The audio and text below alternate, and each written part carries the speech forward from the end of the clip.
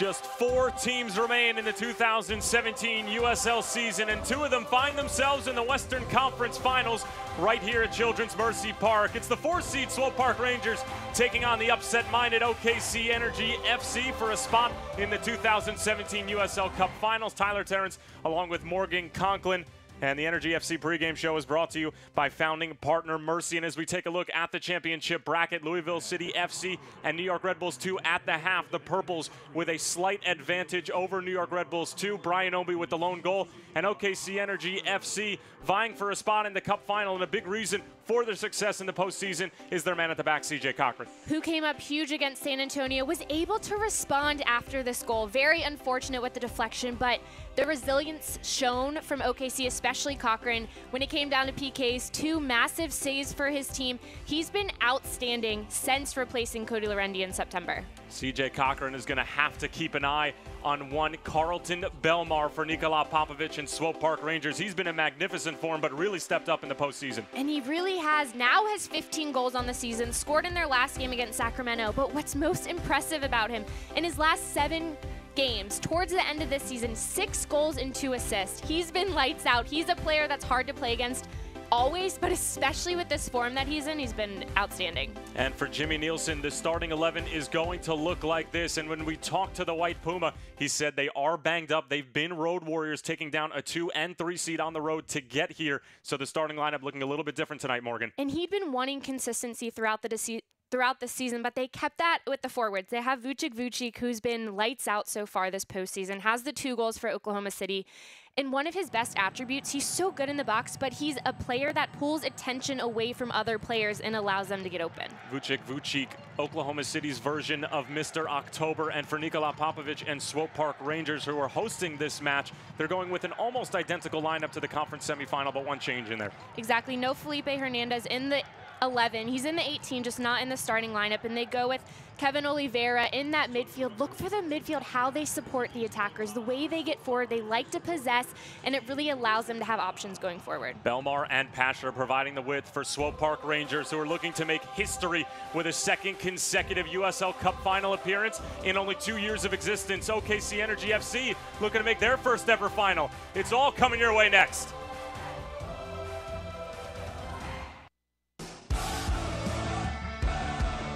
Since 2014, our fans have been the backbone of the club. Fans keep supporting us on the field, in the community, and are the driving force of our success. Our fans create an exciting atmosphere that drives charisma, excellence, and passion. Energy fans, we thank you and welcome you to year number 5.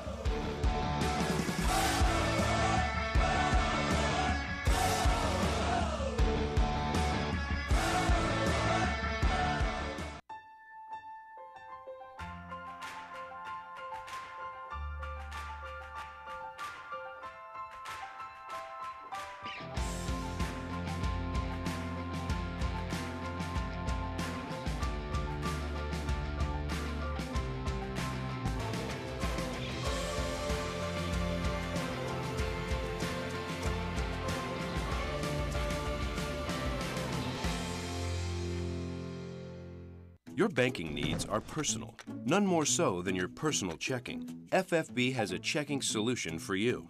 Like FFB's Debit Card Rewards, which earns you points with every debit card purchase. Points for travel, hotels, restaurants, or merchandise from your favorite stores. And as always, you'll enjoy FFB checking perks like mobile deposit, online bill pay, and free ATMs worldwide. That's a lot of punch packed into a little plastic. Visit ffb.com/rewards for more today.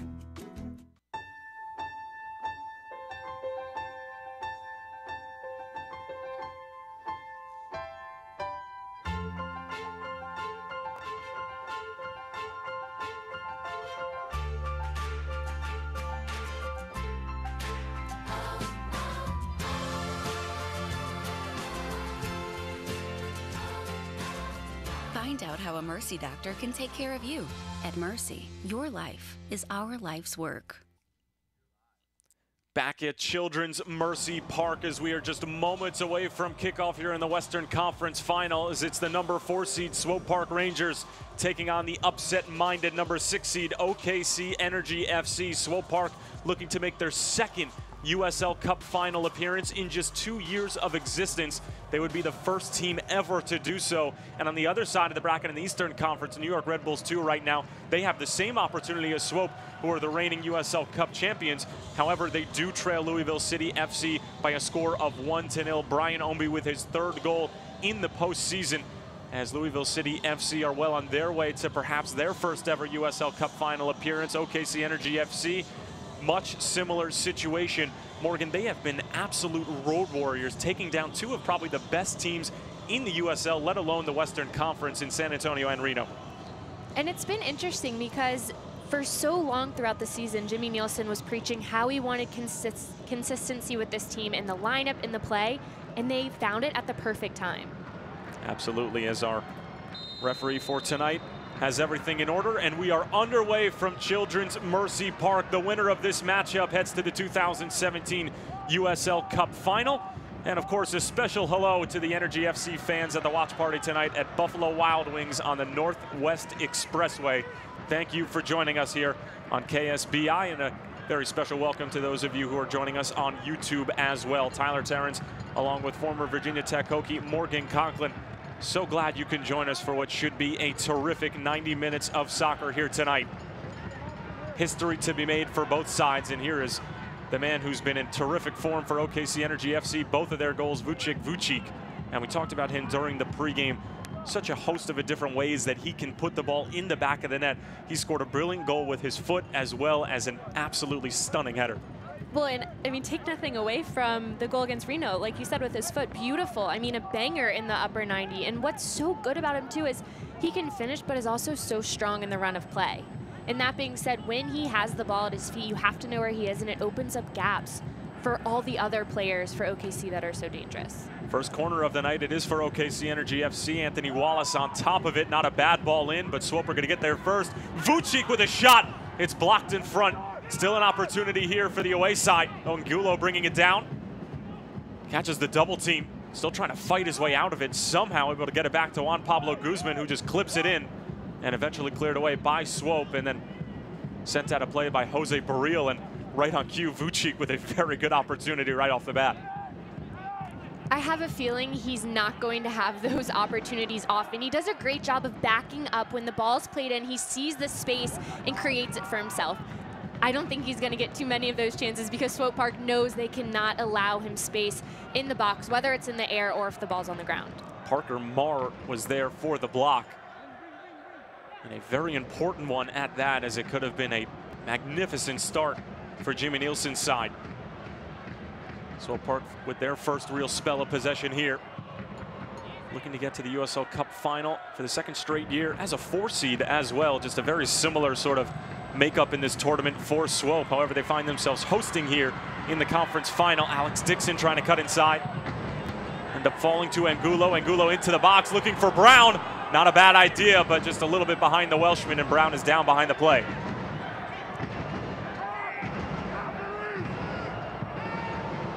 Brown still down, and Swope Park going to play out here and eventually play the ball out of bounds, as looks like Brown is going to require immediate medical attention. Tough start for the Welshman here. I think he might have just fallen on the left shoulder, trying to go up for the header. The ball for him, Angulo, just a bit behind him, so he had to sort of use that body control to get a clean header on it. You never want to have to deal with this early, but just this stoppage in play, what it does for both teams, OKC started to have some early momentum, and this kind of just slows it all down. It's a really nice ball played in from Angulo. I like the way Brown gets around his defender, tries to play it back across the 6, which is a great option to keep that ball in play.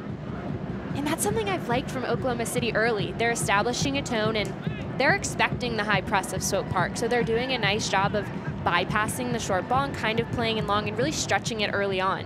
Why not test the waters?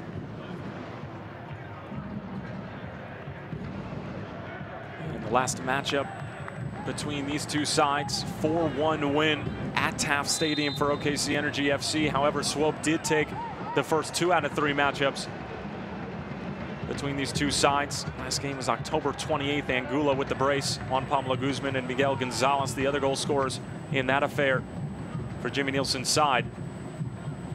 Swope Park taking a 3-1 result back on the first game of the season, which just seems like ages ago, Morgan, back on March 25th. Good opportunity here for Swope. Stepping up nicely was Mickey Daly. Still with the Rangers. Oliveira getting the nod for the starting 11 tonight.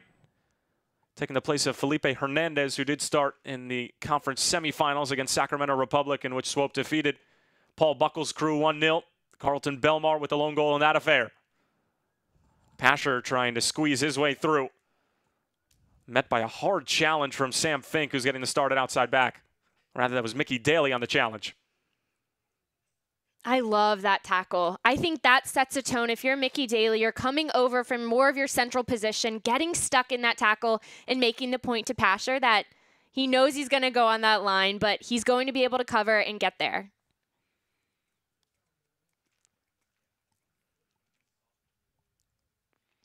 I'm sure you've played in a number of big games, Morgan, having participated in 4 NCAA tournaments. Just speak a little bit about the physicality in such a big match like this and so much on the line. I mean, every little thing has more behind it, and that might sound very vague, but every little touch matters that much more. Every run needs to be done with a little bit more intensity, and when we were speaking with both coaches, I think Nikola Popovic said it perfectly. He said teams transform themselves in the postseason, and he made a comment that that's what he thinks Oklahoma City has done. He said players play to a different level, and I think that just says it perfectly, because everything is just bumped up a notch. The energy, the effort, the communication, the finishing. I mean, you see the tackles and just how much more intense it is. And it's almost a feeling. You can feel it when you watch the game, when you step on the field, when you're out there. They just feel different. There's no half-hearted challenges or anything of that nature. Everything is 150%. So much on the line for both clubs. Talked about teams transforming, Morgan, and Jimmy Nielsen saying to local newspapers as well as other media outlets, and the main theme was just that this team has always been creating chances throughout the season, and the ideas have been there, the methodologies have been there as well, but it's really just been the fact that the ball's going in the back of the net, and that's what's been the difference.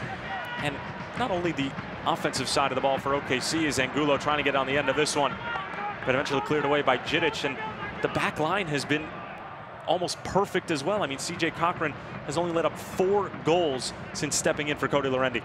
And it's funny because I spoke with Jimmy Nielsen before the first round game at Reno and then before this game, and both times I asked him, what is it about your team? Why are you all so successful right now? And he said it's nothing, it's not magic, it's nothing special, it's just that we are doing what we need to do.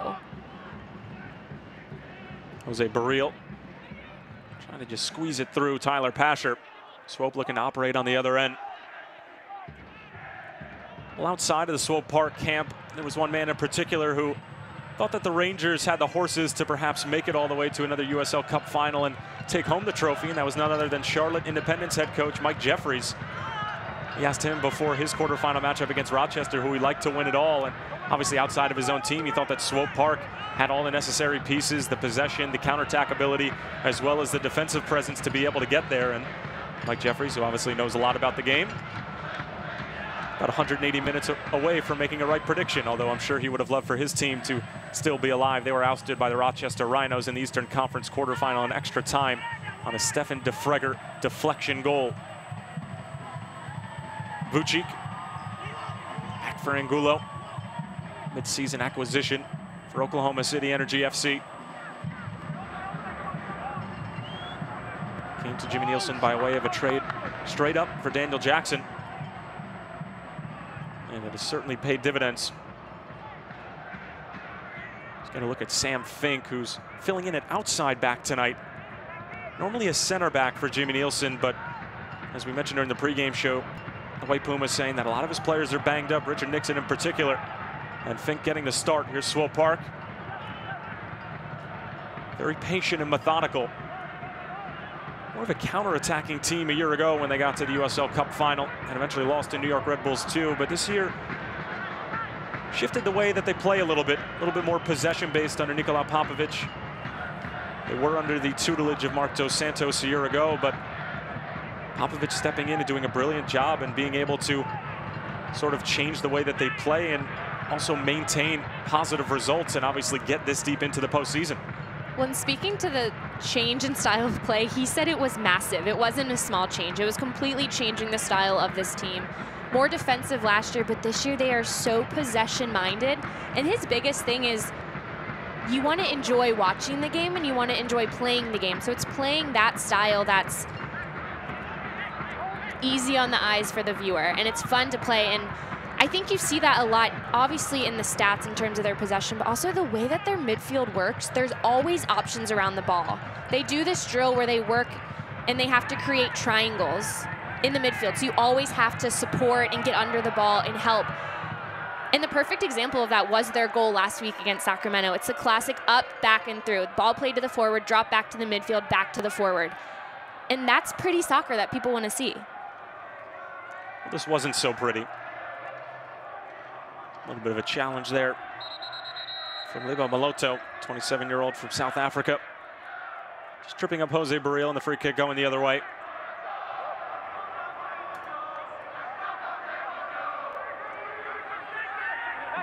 Fans, for more info about becoming an Energy FC member for the 2018 season, call 235-KICK.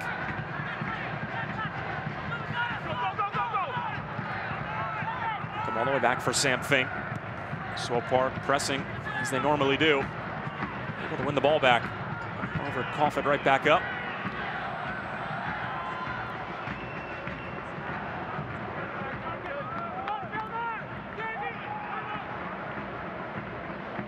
There's Nikola Popovic, first-year head coach for Swope Park Rangers, 46 years old. Born in Belgrade, Serbia. Actually raised in Lisbon, has dual citizenship in Portugal as well as Serbia. Speaks 4 languages. He's really been all over the world as a coach. Certainly doing a magnificent job with his Swope Park crew. Maloto tangled up from behind and free kick going the other way.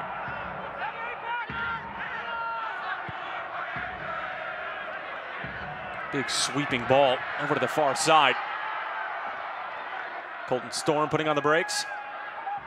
Oliveira. And Christian Duke, now Maloto once more. Trying to slot it through. It's a great ball, but just out of the reach of Colton Storm. And Morgan, you mentioned an easy on the eyes brand of soccer, and that was certainly almost very easy on the eyes. And it's just so pretty. They make it look simple too. It's with the movement, the positions and the movement that they do off the ball creates those chances. And a man who really has been understated in all of this for OKC Energy FC, CJ Cochran, who stepped in for Cody Lorendi after suffering that horrific lower leg injury against Reno FC. 5-0-1 since stepping in, only 4 goals allowed, and only made 2 appearances before Lorendi got hurt. And it is so difficult for a keeper to be able to step in so cold like that virtually for the entire season.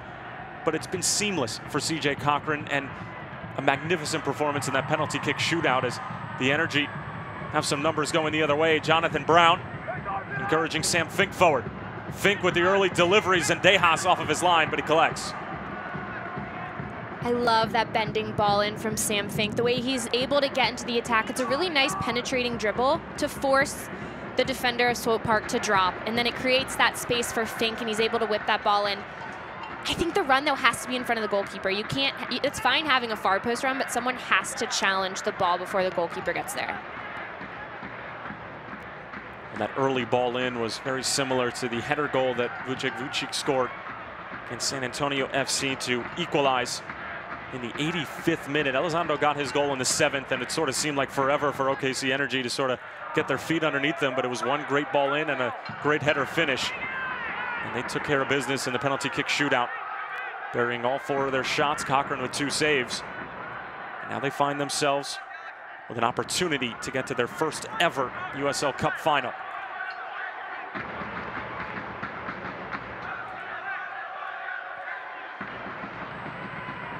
Oliveira.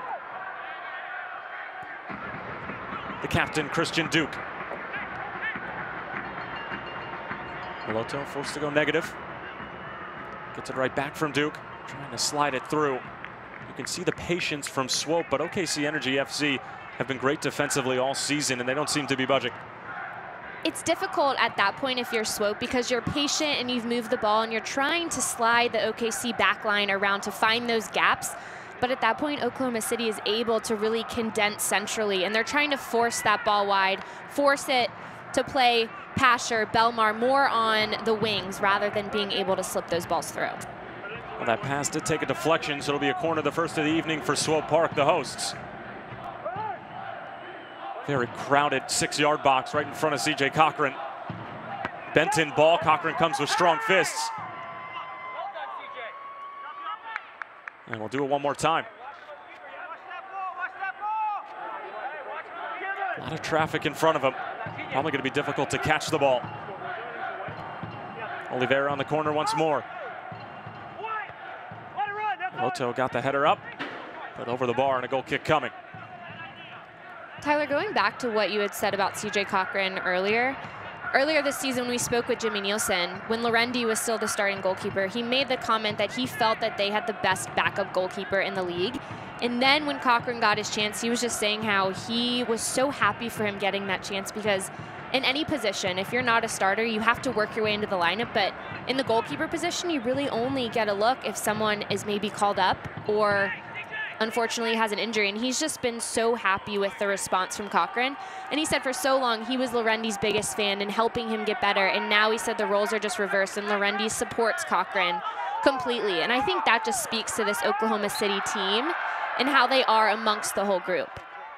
That's one of the biggest things that Jimmy Nielsen pointed out, was that this group off of the field was the tightest that he had ever seen, not only as a coach, but as a player as well. And just a group of guys who really get along, they care for each other on and off the field. And like you mentioned, Cody Lorendi has been nothing but the utmost of supportive of CJ Cochran. He sends out tweets after every game. Obviously had that very tough season-ending injury running into his own teammate, Cody Andrews, who's not available starting-wise, but is in the 18. And Cochran, 26 years old, from Alpharetta, Georgia. It's his second season with the Energy. He's really stepped up in a big spot here in the postseason. Maybe a lot of people would have written off Jimmy Nielsen's side after that injury to Cody Lorendi and getting the 6th seed, but everybody wrote them off with the exception of Jimmy Nielsen, the White Puma, who returns to Children's Mercy Park for only the 2nd time after leaving after a stint with Sporting KC. He came back once to collect his MSL Cup championship ring, and then this is the 2nd time. And he was asked about how it would be when he came back into the stadium. Would he look around? And he made it clear that he has a job to do tonight, and that's to coach Oklahoma City to the win, and that's what's most important. So I'm sure it's bittersweet being back, but he made it clear that the focus tonight is obviously on coaching his team to the win. Jose Barril. Good penetrating ball out wide. However, the offside flag is up, and you can see Jonathan Brown just motioning to Jose that it needs to be a little bit quicker. He just wants it off of his foot. Barril does a really nice job of creating. Sometimes can keep it a touch too long, but Brown is asking for it sooner because he had already started his run. So by the time it was played, he was a step offside. Very much has been Swope Park on the front foot, very patient and methodical possession. Not much has come of it just yet. Best chance of the game probably fell to Vucic inside of the 1st minute after a deflection off the corner. But other than that, really a tactical chess match between these two great coaches.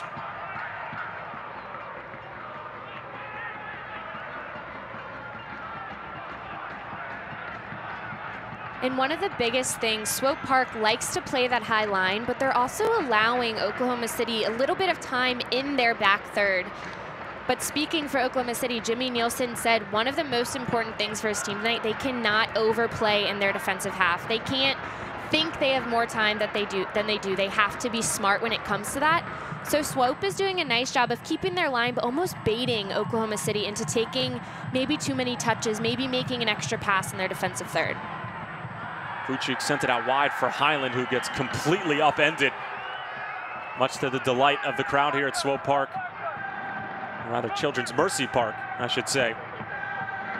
And much to the displeasure of the traveling Greens.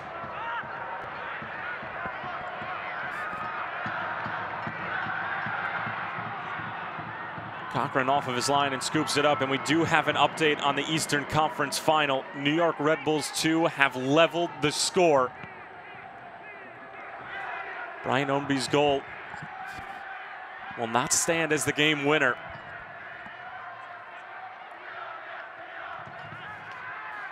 And who would have thought after the 2016 season that we could potentially have a straight-up rematch in the 2017 USL Cup Final, and it was Junior Flemings for New York Red Bulls 2 who got the tally. Bonomo with the assist, and the first time that Lou City has given up a goal at Slugger Field in the postseason. And it's going to the same tune as last year's as well. Louisville with the first goal. Red Bulls able to tie it up. PTSD for the Louisville City fans who are just dreading the fact that this could possibly go to penalties and they could find themselves in the exact same position they were almost a year ago. There is nothing like the postseason. I mean, there's just with the stakes higher, especially the fact that in the regular season, since there's no extra time, the fact that these teams, if it's still tied, have to play extra and then go to PKs, it just adds that much more. Well, in the single elimination format, you know, there's no first and second leg. It's one and done. And all it really takes is one great tactical performance from either team, a lucky bounce your way, and you can find yourself in a really, really good spot, or you can find yourself out of the tournament in a heartbeat. I mean, look at the Charlotte Independents, who tied it up at Capelli Sports Stadium late in the game, but fell to a deflection goal in extra time. I mean, this game is so cruel, but yet so rewarding at the same time. Over the top for Angulo. Mar able to clear it away. Oliveira trying to send it through for Belmar. He was claiming he got tripped up before he could even get to the ball. Referee says play on.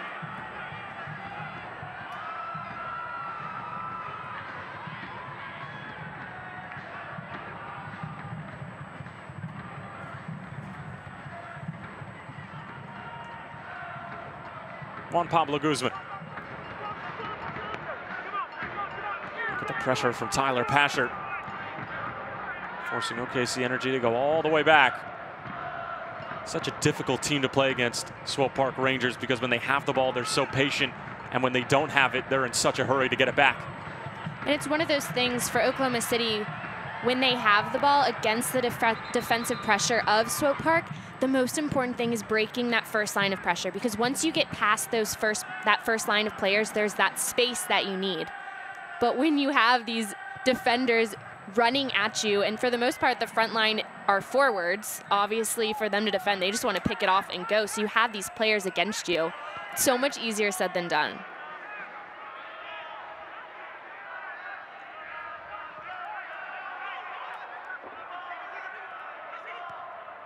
Duke. Parker Marr is looking to link up with Maloto. Cleared away by Mickey Daly. Soccer fans, Nike is an official sponsor of the USL. For more information, visit nikesoccer.com.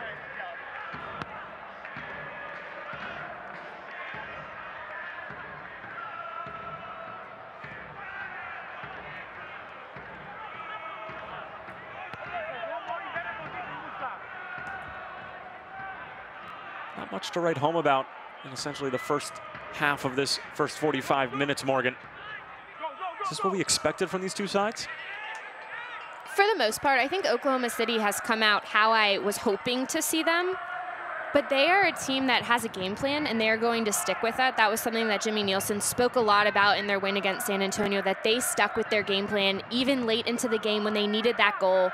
They didn't change. But then they're facing a Swope Park team that I wouldn't say has a game plan, but has a style of play that they will not go away from, which is that possession, that pretty soccer, the movement, the supporting.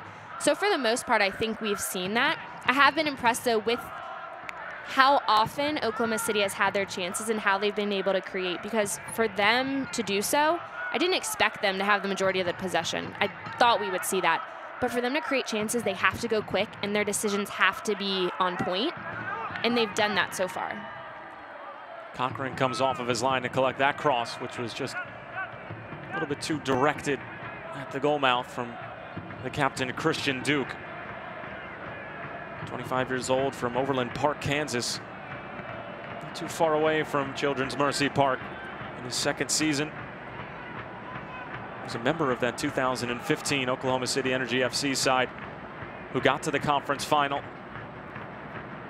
Eventually fell to LA Galaxy 2.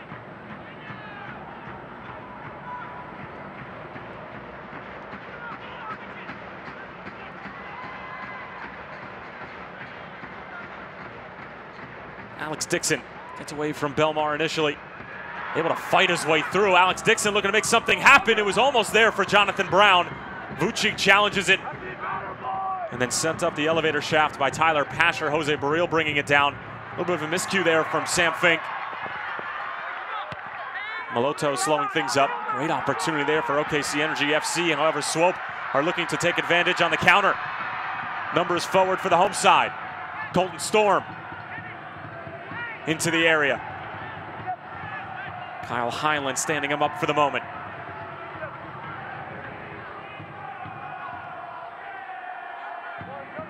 How about the work in transition defensively for OKC Energy FC, who looked to be exposed for just a brief moment, but everybody was able to get back behind the ball. Which was so impressive because of the speed that Swope went at that offensive transition with. The way they got numbers forward, the response from Oklahoma City was exactly what it needed to be, getting numbers back and just slowing the attack down and forcing the Rangers to bring it back out and then rebuild.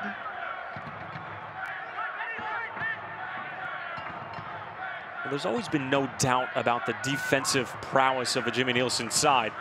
Being a former goalkeeper, you know, his first order of business was organizing the defense as the offside flag is up on the far side. But this is a team that really struggled to score goals a year ago, and their whole mantra sort of became just about putting balls in the back of the net.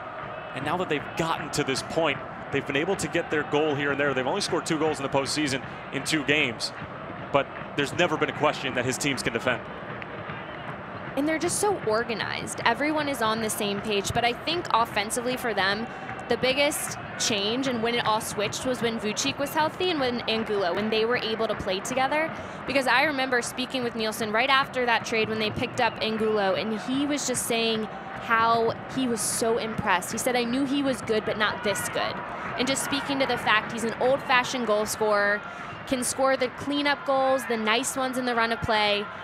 And he just spoke so highly of him. And then you get Vucic back in the form that Vucic's in, which really got their offense clicking, opened up other players. But they've just been backed up by that the strong goalkeeping, the strong defense behind them. But it all comes down to just how organized they are and the work that's put in offensively and defensively. Here they're on the offensive side of the ball. Angulo lining up a shot, and it's just wide. Oh, Swope Park will make sure not to give that man that much room next time. Almost an early tally for Jose Angulo. Zendejas is not happy with the amount of space. Angulo was able to get the ball, turn, had a fake, and then still had space in front of him. A player who is so dangerous when he can face up. It doesn't matter how far from goal he is, especially when it's on that left foot. USL is one of the most prominent second division professional leagues in the world, featuring some of the game's top talent and rising stars. Stay up to date with all the latest league news and information by visiting uslsoccer.com. And follow them on Twitter at USL. Thank goodness for the offside flag there. OKC just got extremely lucky in that moment. A beautiful slip ball played in behind to Belmar. He wanted it. There was the space there. It's not that there was a ton of space and OKC wasn't completely stretched out, but it's those moments when you just take a breath and aren't completely clicked onto the game that those balls can come through. Swope Park has the players that can play him and the ones that can get in on the other end.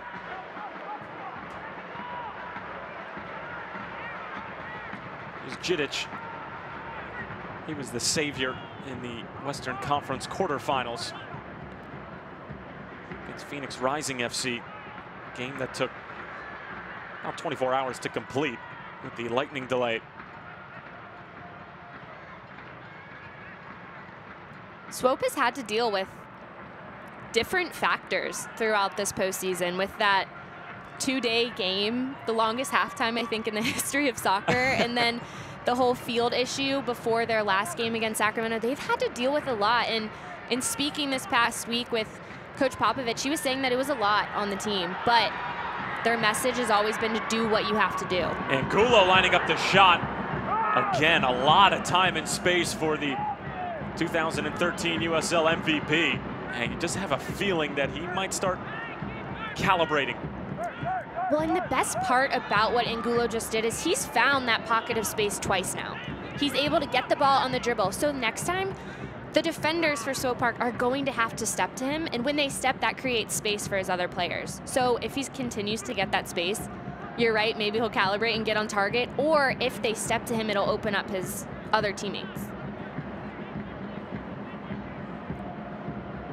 Again, Morgan, you mentioned the acquisition of Angulo and how it's opened up other avenues. Alex Dixon, somebody who has really benefited from the Jose Angulo acquisition, as well as Miguel Gonzalez, who is also on the bench tonight, available as a substitute.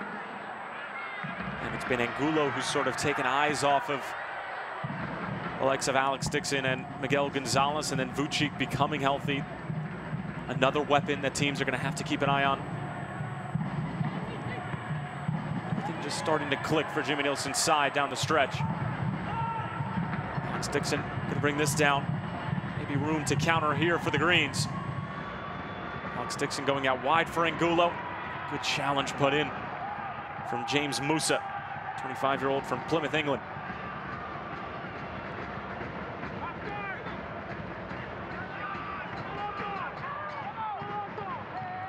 Duke.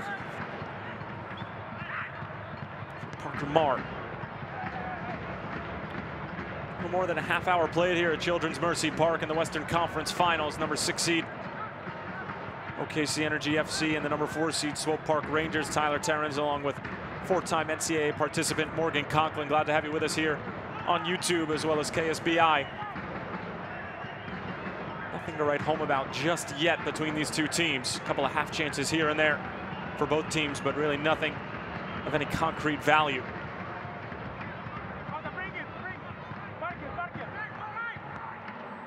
Barnathan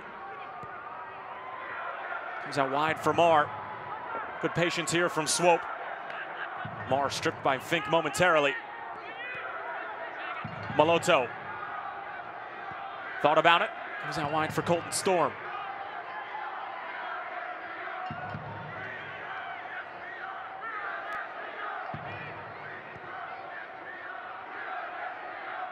Storm once more working on Kyle Highland. Terrific 1v1 defending, and as a former outside back, Morgan, I'm sure you can appreciate that. Kyle Highland does a really good job of closing space, and he's really good with his tackles. He baits the attacker into a space, then he's able to get low and clear it out. Consistently does a really good job defending in that outside back position.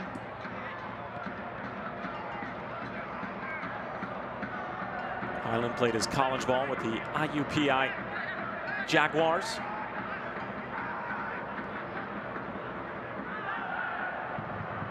Pasher trying to get around Jose Baril. Back out for Duke.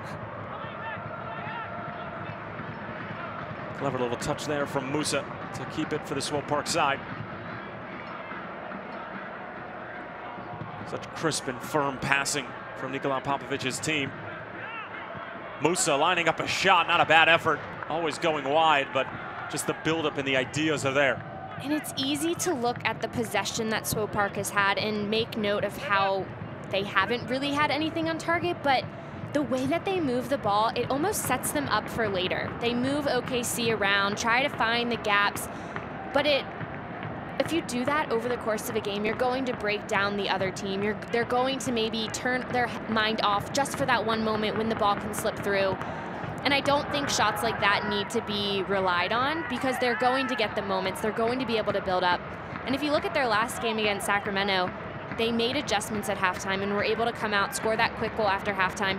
So this is a Swope Park team that has played how they wanted to in this first half, but they can easily do the same thing, but just bring it up a notch coming out of halftime.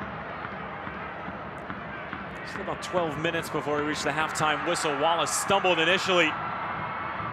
Actually, Mickey Daly coming over to help out. Send it out of play. And for those of you who are wondering what the Eastern Conference Final looks like, it's still 1-1 between Louisville City and New York Red Bulls 2. Junior Fleming's equalizer in the 57th minute leveled the score. Assist by Bonomo, who has just been outstanding in these USL Cup playoffs. As the offside flag goes up, Luke Spencer and Mark Anthony Kay have already been subbed off for James O'Connor.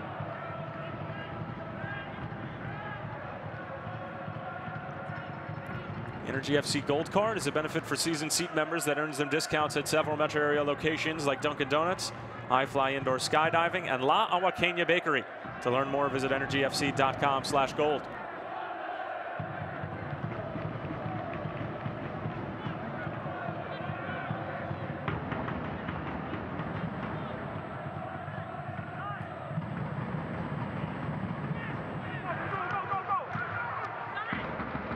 Fink able to elude the pressure, but has to go negative.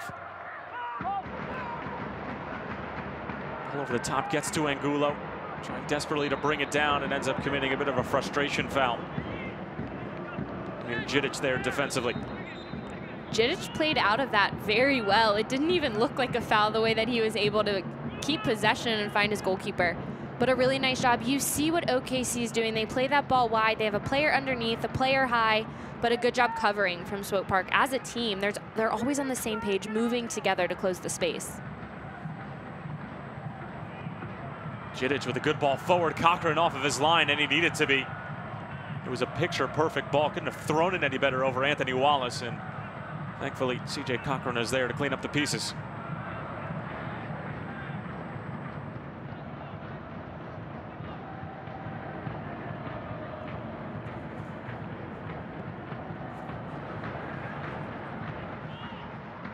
Vucic trying to help it along.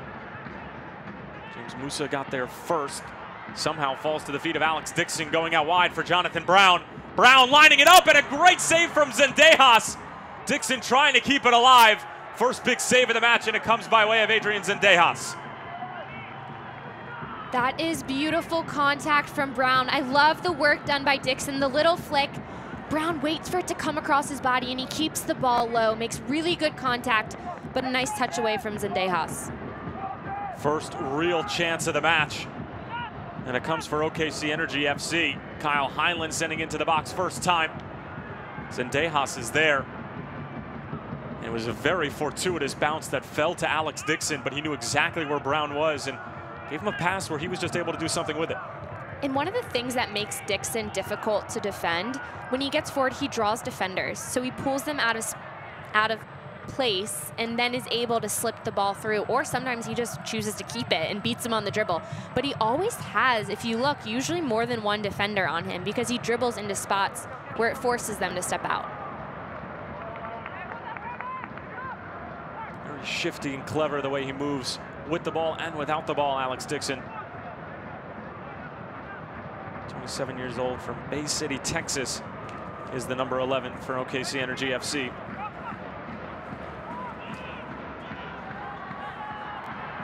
This one is through for Dixon, but the offside flag is up. Dixon wagging his finger Dikembe Mutombo style at the AR, not exactly agreeing with the call.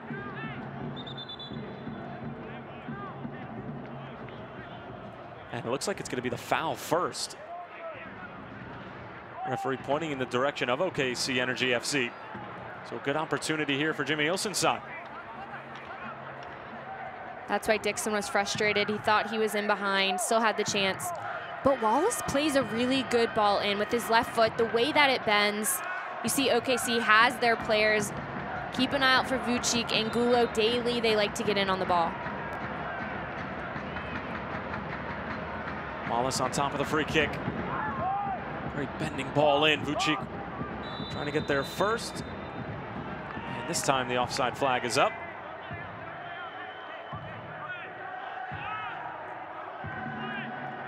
Referee in charge for tonight, Robert Sabiga.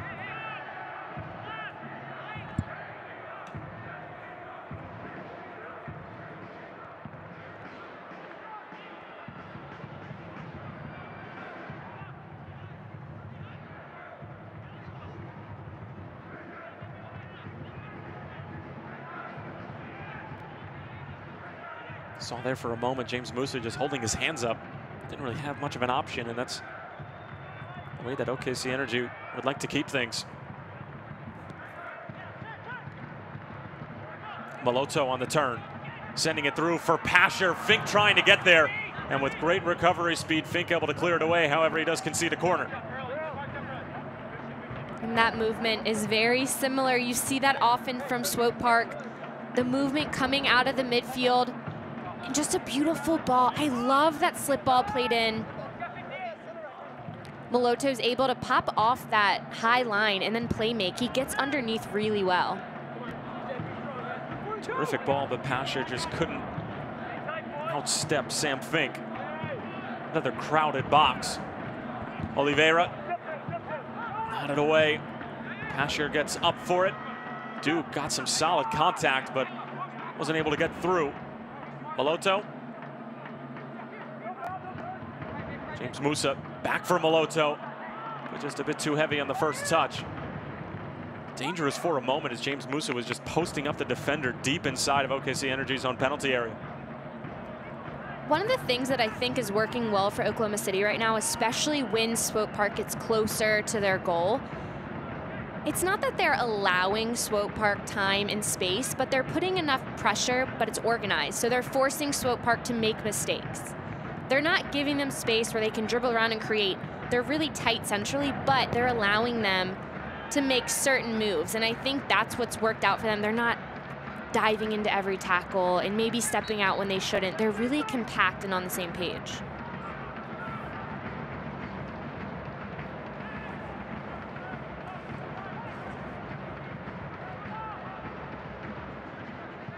Musa and Duke have really been the ones orchestrating in the middle of the field for Swope Park tonight. And we mentioned at the top of the broadcast, Morgan, that they really just allow for the attacking 4 or 5 of this Rangers crew to really operate freely and make all sorts of darting and crossing runs to be able to confuse the opposition defensively. And I think what speaks a lot to Duke and Musa is you see them dropping in between the center backs sometimes, or dropping really deep to get the ball, because those are the playmakers. They want them on the ball, and whether they then build up or whether they support one another, you see Musa and Duke doing whatever they can to help out their teammates and get on the ball, even if it is coming far out of that midfield. That man, Carlton Belmar, has really yet to get going as OKC Energy commit a foul in a rather precarious area. And they'll have some things to sort out defensively here. Vucic needs to be careful of perhaps getting a yellow card for standing in front of the ball as we take another look at that foul. I think Vucic's going for the ball, but definitely a foul, especially with his size. He has to be careful the way that he goes in. But that being said, this is a tough spot to give up a free kick, especially with the last couple minutes before half. It's moments like this, especially in the postseason, that teams have to be really careful about.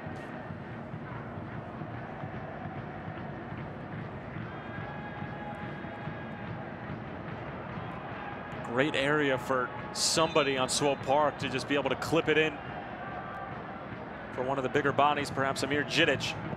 Džidić having a rip. Shot had plenty of power, pace, and venom behind it, but it was always sailing over the crossbar.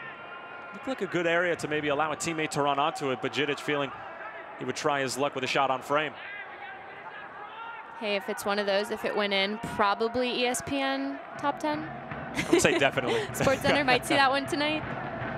Might as well try it. That's the thing with those, is that if it goes in, goal of the year. No one says anything. No one says anything, but if it doesn't, then you have guys like me who are saying it wasn't the best idea. Exactly. Isn't that how it always works, though? If it works out, it's great. If not, terrible decision. He's already scored 1 big goal in this USL Cup playoffs. He had the equalizer against Phoenix Rising FC. Kept this team's dream alive of perhaps making history in the USL with back-to-back USL Cup Final appearances. Big switch ahead, and it forces CJ Cochran off of his line to cut it out. Tyler, you spoke about that goal from Džidić and how it was the equalizer. I think that's one thing that makes both these teams in this game, which makes it such a good matchup, is we often speak about how soccer games are chess matches and who's going to break down the other team. That is 100% applicable to tonight. Two teams that play their style, that both have shown resilience, have come back, been in PKs, won in PKs, and I just think that whole chess match analogy is exactly what we're seeing tonight. Baril able to win the ball back. Could be numbers the other way for OKC Energy FC right before the half. Baril along for Angulo, gets caught up for a moment. Still with the Greens. Angulo looking for an option. Fakes the first shot. Still Angulo. Blocked by Jidic. All the feints and twists from Angulo got the Swope Park defense jumping. And it'll be a corner for OKC Energy FC. Defensively on Jose Angulo, that is not good enough. He has way too much time and space. A nice fake wasn't the best thing you've ever seen. Why are there players jumping, especially that far from goal? Just stand your ground, keep your eye on the ball. There's no need to go for that. Angulo looks like he's just on a dribble through the park. Nobody's really putting pressure on him. Well, it's a patented Angulo move. It had to be on the scouting report. Nevertheless, here's Anthony Wallace. Mir Jidic with a thumping header out of play, but only as far as Jose Baril. Vucic. Last touch off of Swope Park. Deep throwing for OKC Energy FC. As we are rapidly approaching the halftime whistle. It's been a pretty quick 45 minutes. Not many stoppages to report of, with the exception of the Jonathan Brown momentary injury in the 5th or 6th minute. Here's Jose Baril. Pablo Guzman lets it through, and that's going to do it for the first half here at Children's Mercy Park. 0-0 between OKC Energy FC and Swope Park Rangers. It's a 4-6 matchup in the Western Conference Finals. A spot for the USL Cup Final on the line. Goose eggs between these two sides at the half. We'll be back in just a few moments with the halftime show. Stay with us.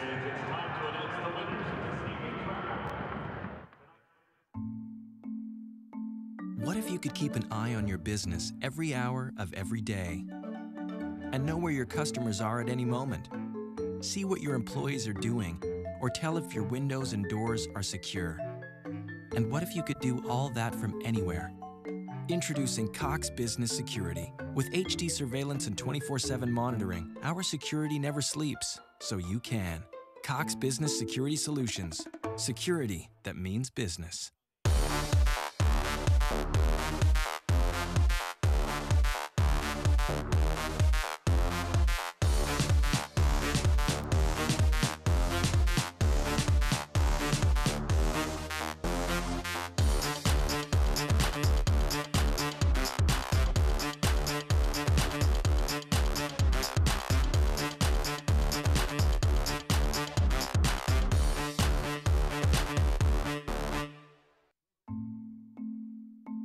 What if you could keep an eye on your business every hour of every day and know where your customers are at any moment? See what your employees are doing or tell if your windows and doors are secure. And what if you could do all that from anywhere? Introducing Cox Business Security. With HD surveillance and 24/7 monitoring, our security never sleeps, so you can. Cox Business Security Solutions. Security that means business.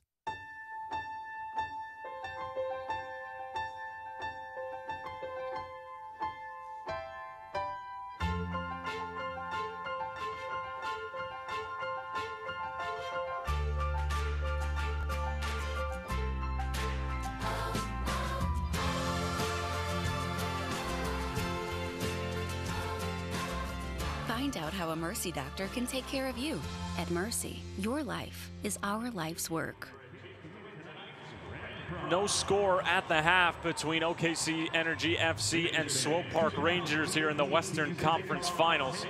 Eastern Conference Final right now winding down in regulation. Still 1-1 between New York Red Bulls 2 and Louisville City FC. But here in the Western Conference Final, we have had a rather, I wouldn't say boring or dull first half, but really not that many chances. As early on, it was Vucic who had a half-decent look. And one of the best chances early on, a really nice job blocking that from Swope Park, because if they weren't there, Vucic was able to connect with that ball. He had the power on it, could have scored his third of the postseason. Such was not the case, as Swope Park were able to form a wall of blue and black jerseys to keep out Vucic, at least for the moment. OKC Energy would have a couple of half chances early on. Swope Park Rangers very methodical in the way that they would attack. CJ Cochran really didn't have much work to do defensively. And then Jose Angulo, a couple of different occasions, we give him a lot of time and space. And this was the first of about 3 times where Angulo was able to get the ball and turn and have space. He has 2 players, that's not tight enough. He's able to pump and then keep going, and he has that space. I'd like him to get a little closer, or if he's going to play from there, play make and find his teammates. But defensively, Swope Park has to close down Angulo because at some point he's not going to shoot that ball and he's going to be able to play a teammate. Swope Park would have a couple of half opportunities as well. James Musa wasn't able to properly connect on that, but this is the best chance of the first half by far. Absolutely, a great job by Dixon, pulling his defenders, playing it wide to Jonathan Brown, who let the ball come across his body and made really good contact with that right foot, finding the far post, but a nice job from Zendejas pushing it wide. And then another, sort of just wide open look for Jose Angulo, and ends up getting blocked in the end. And now a look at the halftime stats. Swope Park dominating possession. But again, Morgan, it goes back to that sort of defensive possession where they swing it around their back line. That's been most of it, although they have been able to make camp along OKC Energy FC's defensive third. However, it really hasn't come to anything yet. And I think offensively right now, obviously what's most important is to score the goal. Neither one of these teams want this to go to extra time. They don't want it to go to PKs. They've been there before. It comes down to making better decisions around goal. For both sides are creating the chances, but to have 0 on target for Swope Park and only 1 for OKC, that's just not good enough. But like you said, the possession, we're not surprised to see that from Swope Park, the team who led the whole league in completed passes across the season. We expected them to dominate that, but I want to see how these teams come out of halftime. I expect to see the same exact thing from OKC, organized defensively, but Swope Park, I expect them to make a couple changes, have some players inject some energy, and really find those gaps in between OKC.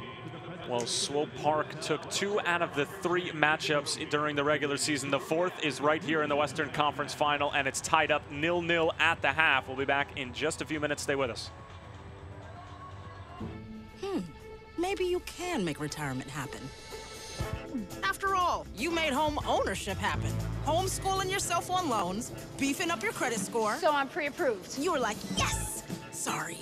Color coding listings, ticking boxes, and flushing every toilet in a 20-mile radius. Home sweet home. You aced house hunting. Now get the tips you need to get on track at aceyourretirement.org. How can I help my daughter with her reading? Searching for help with Dachshund Reading.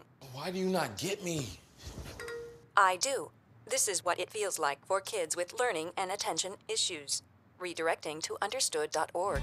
Join parents and experts at understood.org, a free online resource about learning and attention issues to help your child thrive. The 2017 USL Cup will be claimed in just over 1 week on Monday, November 13th at 9 p.m. Eastern on ESPNU. But already this year's USL Cup playoffs have not disappointed. With top-notch goals, surprising upsets, and late-game winners, the excitement expected from the talent within the USL has been on full display. This year's postseason has also added new chapters to the league's already memorable playoff history. 2014 was the last year the USL featured a single table, but still brought together 2 California rivals to square off for a place at the USL Cup. Both in their inaugural season, Sacramento Republic FC and LA Galaxy 2 both made it to the semifinals and faced off in a match that is now known as the Miracle at Bonnie. 2 first-half goals from Charlie Rugg put Los Dos up 2-0 at half, but Rodrigo Lopez lifted Republic FC to the win with an impressive hat-trick in the second half that was sealed with a bending free kick in stoppage time. A year later, now in the Western Conference Final, Galaxy 2 once again found themselves in the mix. In their second year as a club and as the number 5 seed, they made their way to their first USL Cup after a 2-1 win against OKC Energy FC. 2 first-half goals from Los Dos, including a free kick from Andre Oris, allowed them to hold off a second-half surge from Energy FC. Last year's Eastern Conference Final saw 2 familiar foes battle it out in a game that was decided on penalty kicks. An early goal from Paco Craig for Louisville City FC was answered by a beautiful set-piece goal by New York Red Bulls 2. The French connection of Vincent Bezecourt and Florian Villot combined for the goal that sent the game to extra time. Red Bulls 2's Ryan Mira came up with the heroics during the penalty shootout to send his team to the USL Cup, which they would eventually claim in a thrilling final at Red Bull Arena. For 2017, clarity will arrive tonight. Who will our final 2 teams be, and who will host the 2017 USL Cup Final? For USL Network, I'm Morgan Conklin. I'm a retired school psychologist, and helping people was my thing.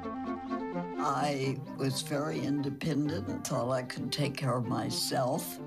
I fell, and I had to have Meals on Wheels.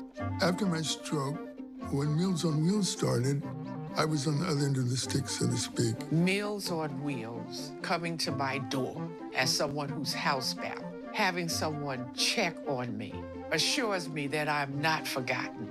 Meals on Wheels has given me a mode of freedom that I wouldn't have otherwise.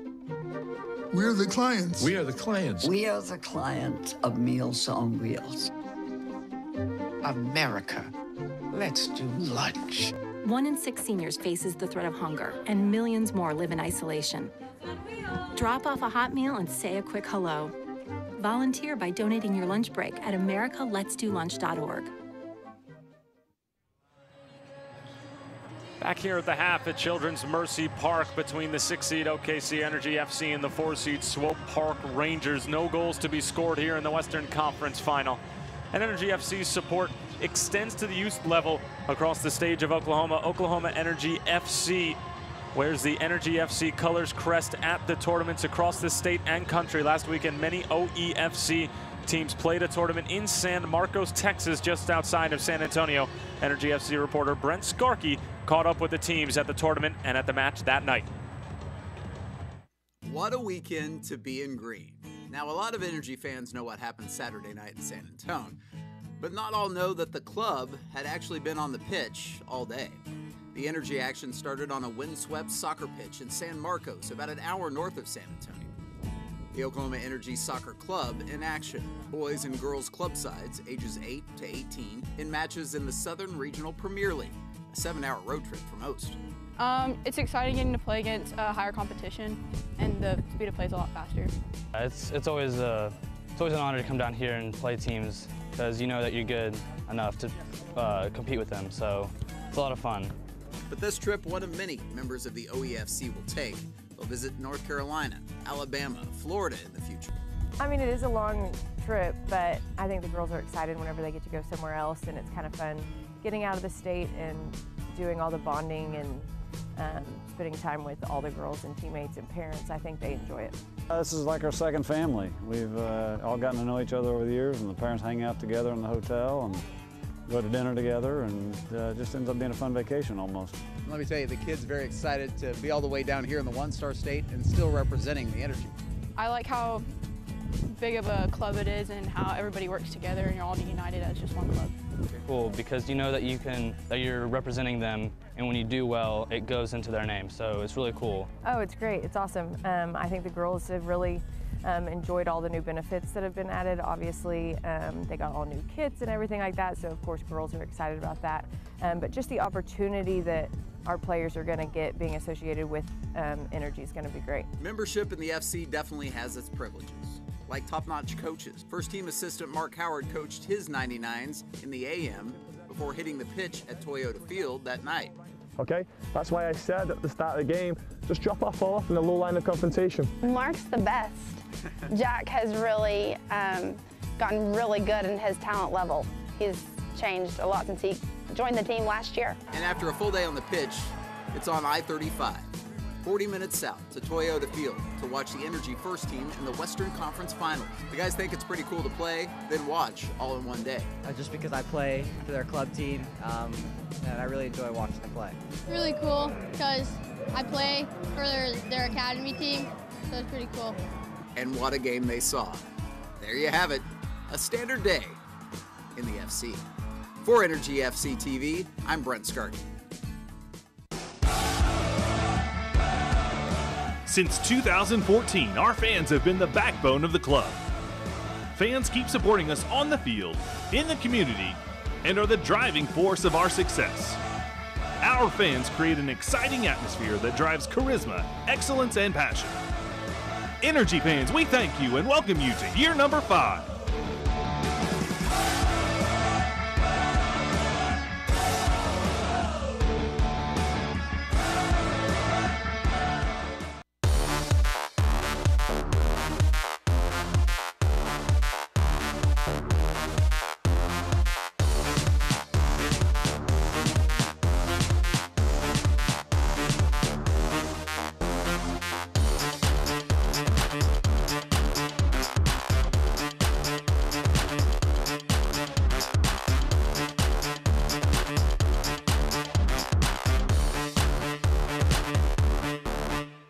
Your banking needs are personal, none more so than your personal checking. FFB has a checking solution for you. Like FFB's Debit Card Rewards, which earns you points with every debit card purchase. Points for travel, hotels, restaurants, or merchandise from your favorite stores. And as always, you'll enjoy FFB checking perks like mobile deposit, online bill pay, and free ATMs worldwide. That's a lot of punch packed into a little plastic. Visit ffb.com/rewards for more today. Since 2014, our fans have been the backbone of the club. Fans keep supporting us on the field, in the community, and are the driving force of our success. Our fans create an exciting atmosphere that drives charisma, excellence, and passion. Energy fans, we thank you and welcome you to year number 5.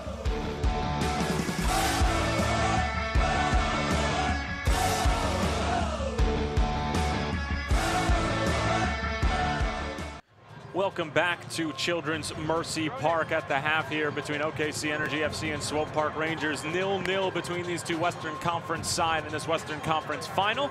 And a look at how these two teams have fared in the postseason in years past. For Swope Park, this is just their second year of existence, and they've made 2 Western Conference finals, looking to make 2 consecutive USL Cup Finals. That would be the first time ever.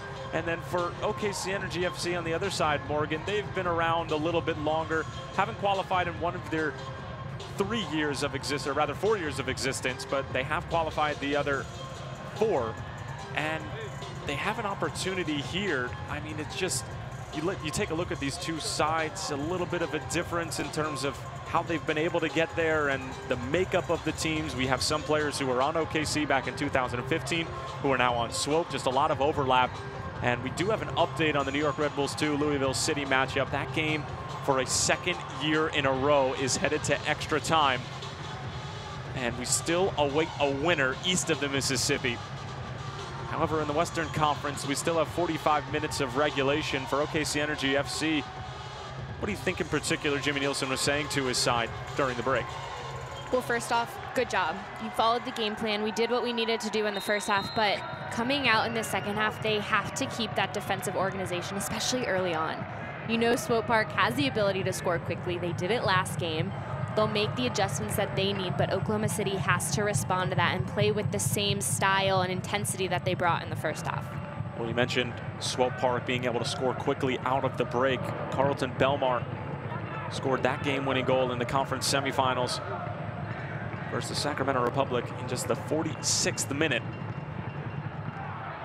Again, Tyler Terrens along with former Virginia Tech Hokie Morgan Conklin. Glad you could join us here on KSBI as well as YouTube. I'm sure there are some who are doubling up and watching both the Eastern Conference Final and the Western Conference Final. Still await a winner in the Eastern Conference. Morgan, any predictions?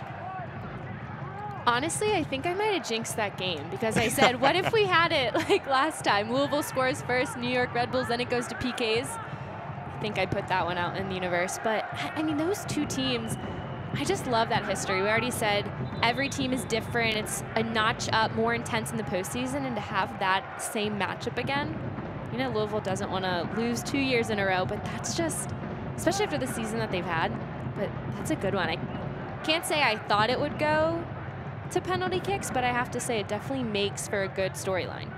I don't mean to brag, but I did write down earlier just so that I could have it documented. 1-1 New York Red Bulls 2 in PKs. Interesting. Okay. Just a little pat on my own back there.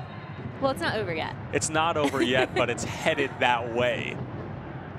We'll obviously keep you updated on that score. Swope Park Rangers, meanwhile, with a decent start to the second half. Pasher working along the Swope Park back line. No shots on target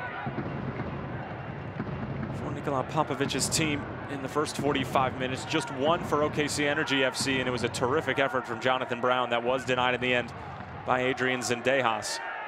Brown taken down from behind by Marr, the referee not interested. And we'll play on.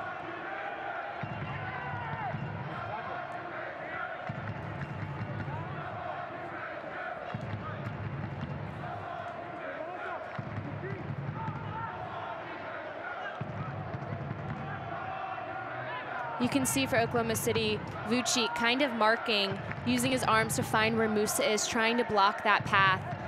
That's the type of game plan that OKC has. They have this organization, and they're trying to block those middle players, the ones who want to play make for Swope Park. They're trying to just take them out of the game. We talked about the playmaking ability of both Musa and Christian Duke, and how they have just been really orchestrating this Swope Park attack all season. Kyle Highland able to come away with it, and it will be a foul on the near side. And Oliveira getting a stern talking to at the very least from our referee tonight. And for OKC Energy FC, it was by no means an easy road to get to the Western Conference Final. Taking down a 2 and a 3 seed. And the most recent victory over San Antonio FC, 4-1 in penalties. Anthony Wallace with the game-winning penalty kick. Vucic with the equalizer. Just 7 shots from OKC Energy FC, 21 from San Antonio. Game dominated by Rafa Castillo and his crew, but at the end of the day, Jimmy Nielsen and his side moving out to the conference final. And going back to that game, obviously the biggest story is defensively Oklahoma City and CJ Cochran, but then the resiliency shown. But also, when we talk about PKs, we talk about the saves made, but... Here's Dixon and Adrian Zendejas, rather, able to collect that. Good effort from Alex Dixon. It almost seemed that Dixon settled a little bit for that. His first touch wasn't where he wanted it. He popped it up a little bit more, and then at that point had to settle for the shot that he would have rathered had a little bit differently. But going back to that comment I was saying, in PKs we always obviously speak about the goalkeeper, great saves, but what about everyone who finished? They had really nice, clean penalty kicks taken. Highland, Brown, Angulo, and Wallace all connecting on their penalty kicks, and you have to imagine that if it were to get to that point, it would be a very similar crew, if not the same exact crew, although it might look a little bit different just with the makeup of this match, perhaps an injury that might occur here or there. Alex Dixon spraying it across the field, encouraging Sam Fink forward, who's got acres of green in front of him. Still Sam Fink going out wide for Jonathan Brown. Great cross into the middle. Jidic is there. Oliveira with a little bit of a heavy touch. Baril. Look at that sliding challenge from Jidic, and then another one to boot from Juan Pablo Guzman. Alex Dixon able to keep it in play, but right to the foot of Carlton Belmar, and a little bit more of a frantic start here to the second half. Big ball sent ahead. Offside flag is up. Much more open game here in the second half than what we saw in the first. Pasher was just a touch too far. The build-up from OKC before that was great, but when Baril got forward and they lost that ball, there was nobody really in that space for when Swope Park went on the counter. A beautiful ball slipped in. He gets in behind Sam Fink, but just a touch wide. There was a higher line being played from Oklahoma City, but that's dangerous. If they can find Pasher in behind the outside back, either Pasher or Belmar, even Maloto in behind any of those players. OKC Energy FC are so disciplined about getting back behind the ball once they lose it. So if they are going to be undone, I have a feeling it's going to be a big ball that's kept on the ground that sort of splits an outside back and a center back or something of that nature. Or it's going to be a quick one, which you saw the tail end of that with Baril getting forward. The quick transition, obviously Dixon tried to keep it in. It wasted some time and allowed OKC to get back, but it's that ball when Baril lost it. If Swope Park found it right away and could play that ball in behind, that would be a different story, and Pasher would have been on sides for that one. Free kick here for OKC Energy FC. Anthony Wallace driving it in. Angulo tried to flick it along. Oliveira only as far as Highland. Baril stumbles over his own feet. Carlton Belmar coming away with it. Look at the speed from Belmar, the former VCU Ram. Belmar into the area. Still Carlton Belmar squaring it across. Big challenge from Wallace. There's the shot blocked in front by Juan Pablo Guzman. And it needed to be. That shot had a ton of pace and power behind it. But Johnny on the spot is Juan Pablo Guzman. And then Jonathan Brown takes a heavy hit on the other side.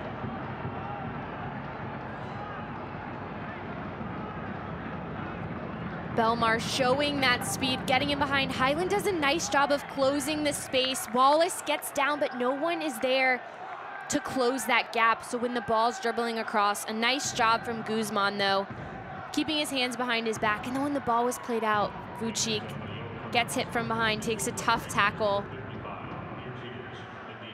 It almost looked like a mistimed jump on the end of Swope Park. Kind of odd how that happened. It's Vucic who went down rather than Jonathan Brown. Apologize for that, and it is going to be a yellow card for Amir Jidic. And like you said, Morgan, just sort of an awkward play. Jidic normally masterful in timing his jumps and tackles of that nature.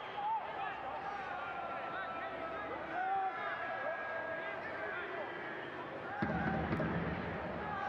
couple of very real opportunities for Swope Park. How about that block from Juan Pablo Guzman? Just took it right off the Chets and then jogged off like it was nothing. Well, and when I spoke in the first half about Swope Park not diving in on Angulo when he gets forward, and I said they just need someone to stand him up, that's what that is. Not jumping at the shot, just taking it. It's a lot easier said than done, obviously, but that was textbook from Guzman. Well, the thing about that Angulo fake shot is that you need to prove that you have the quality to put it in from that shot to be able to get the defender to bite, and Angulo has proved that time and time again for a number of years in this league that he is capable of scoring from that distance. So the defender is aware of that, so they almost are forced to react to that fake shot. Which it's almost one of those things like we talked about earlier. If a defender jumps and blocks it, kudos, great job. But obviously if you jump, you allow a player to keep the ball and just gain so much ground. And defensively, the way that I think a player should not jump there, because you open up way too much if you jump and allow the attacker to keep the ball.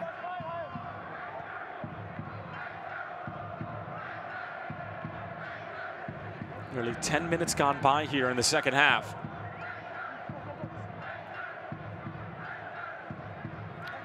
The Energy FC Gold Card is a benefit for season seat members that earns them discounts at several metro area locations like Dental Works, Central State Beauty and Wellness College, High Cakes, Gourmet Cakes and Desserts, and Supermercado Morelos. To learn more, visit energyfc.com/gold.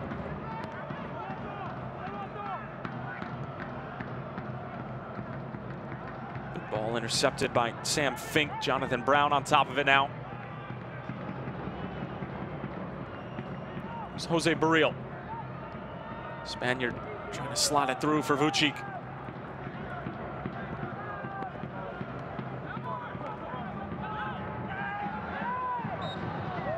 Barril taken down. Carlton Belmar not exactly pleased with the call. I think Barilla a little lucky to get that ball the way that he came in, but he's a player that is really good and is very aware. He's able to draw fouls at times, and obviously it's not that the ball in this position gives Oklahoma City a great option, but it stops that attack for Swope Park going the other way. Very savvy player, Jose Barril. 25 years old from Madrid, Spain. Spent some time with the Real Madrid Youth Academy for a number of years.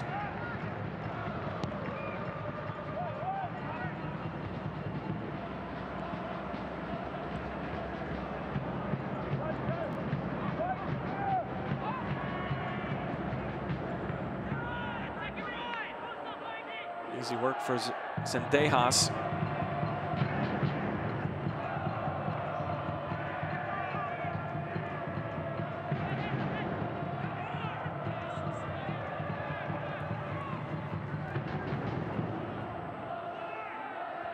Getting word now that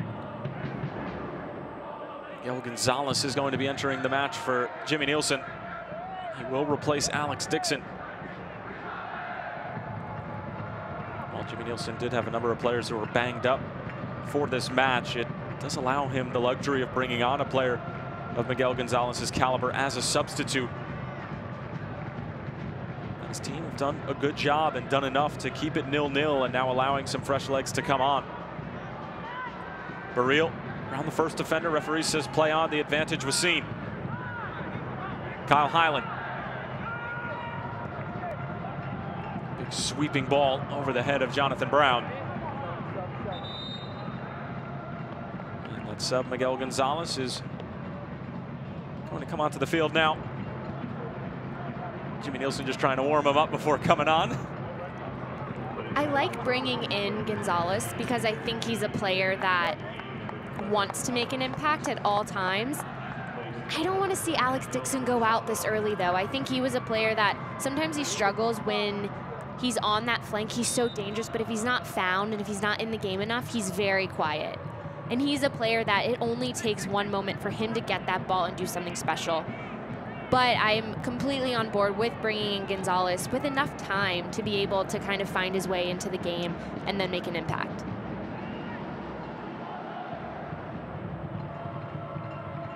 Miguel Gonzalez, 8 goals on the season.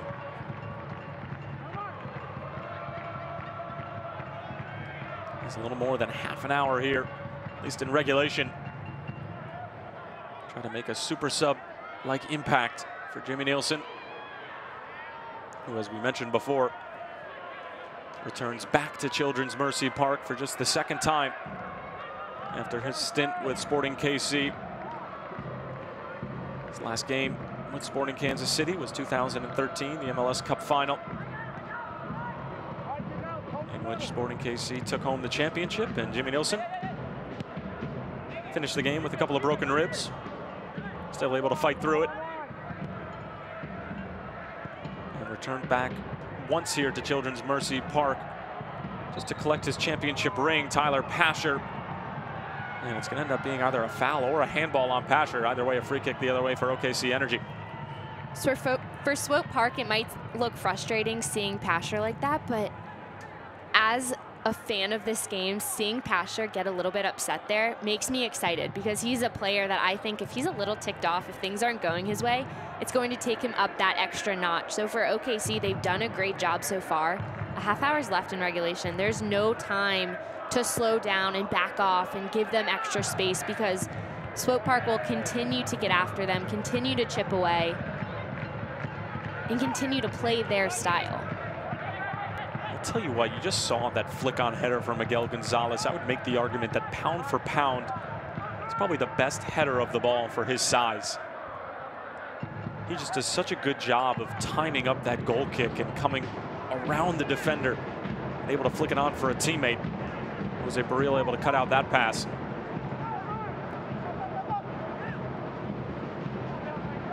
Highland.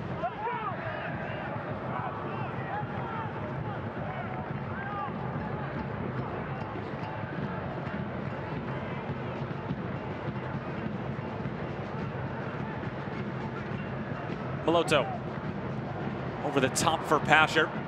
He is onside, unable to keep it in play. Credit to the OKC Energy FC back line. Mickey Daly, Anthony Wallace, and alike have all done a great job of closing down space, making it difficult in the middle part of the field, but not allowing for there to be too much green in behind them for Swope Park to be able to find some space. And they've done a really good job of that, is putting pressure on that midfield, but also staying compact and not allowing those gaps like you were speaking to, because that's what Swope Park wants. Like I said, they possess and they want to find those slip balls, those balls in behind to their forwards, their front runners. But OKC's done a really nice job just of staying organized and all on the same page. Vucci, clever little touch for Jose Angulo. Might end up falling for Jonathan Brown. Goes first time across, not a bad idea at all.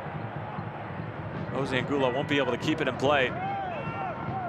OKC Energy FC works so hard in the attacking third, and it seems like any sort of 50-50 ball where there's a collision and the ball sort of pops up, it usually lands at the feet of OKC Energy FC. That's how they got their best chance of the game, by way of Alex Dixon, who found Jonathan Brown, whose shot was eventually blocked by Adrian Zendejas. Just speaks to the work rate of Jimmy Nielsen's crew up front.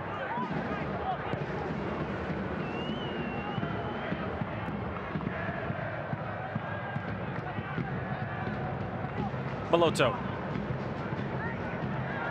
finding Belmar. Their big second touch. It'll go all the way back for CJ Cochran, and just cleared away at the last moment.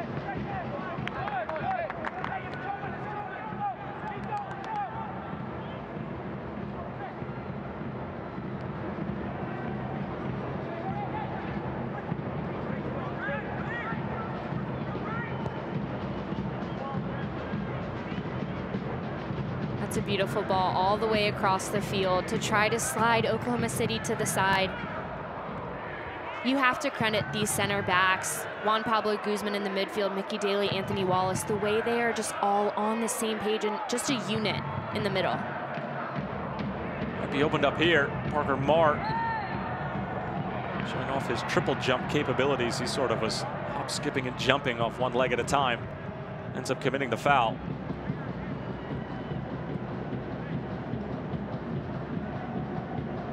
Maybe a little extra nudge, pushed a little bit from Sam Fink. Parker Marr, 24 years old, from Fort Smith, Arkansas. His first season with Swope. Played his college ball at Mizzou State.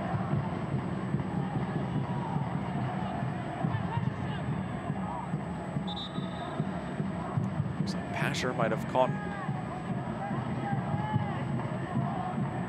something to the face. So he just needs a moment.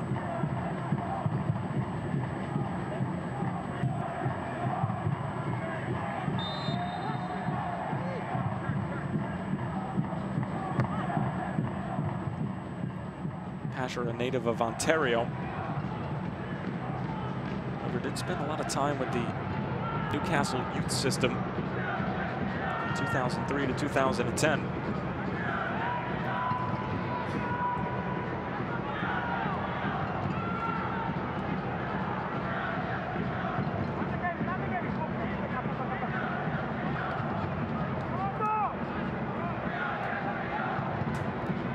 Jidic.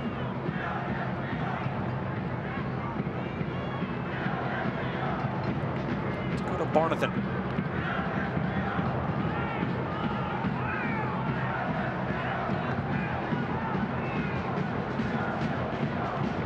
Pasher, a great little layoff from Maloto. Jose Barrio with a very key interception there.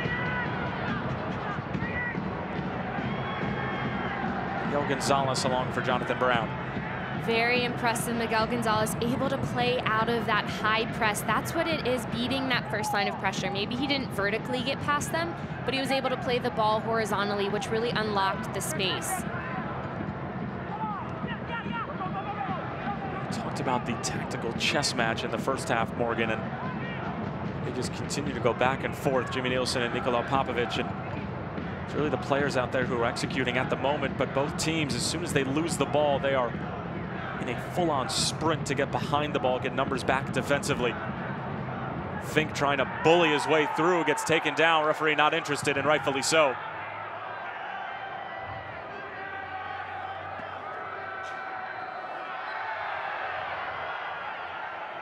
Duke taken down. So we're trying to play quickly. OKC Energy FC not allowing them to do so.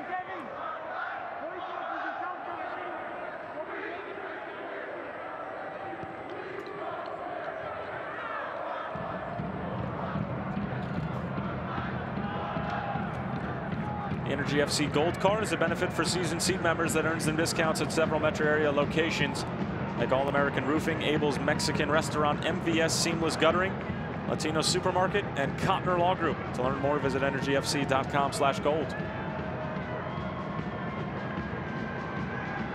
There's some traveling members of OKC Energy FC, as well as probably some members of the grid who have found their way at Children's Mercy Park.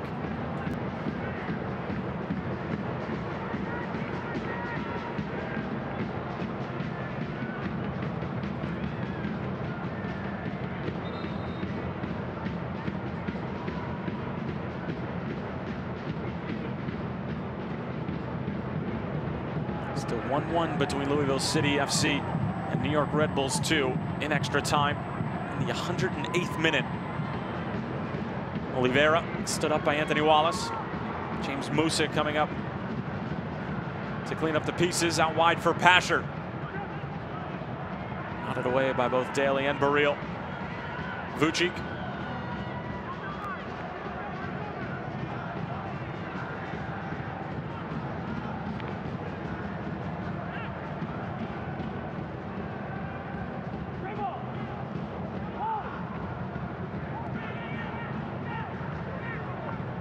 Swope Park continuing to pressure this OKC Energy FC back line.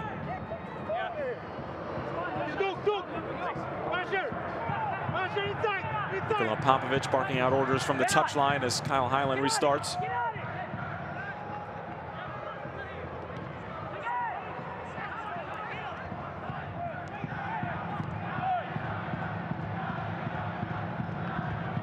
Natsel Selbol getting ready to come on for Swope Park as he's going to replace Tyler Pasher. Selbol with the brace against OKC Energy FC back on September 2nd. And a PK and a goal from the run of play in a 2-0 Swope Park victory.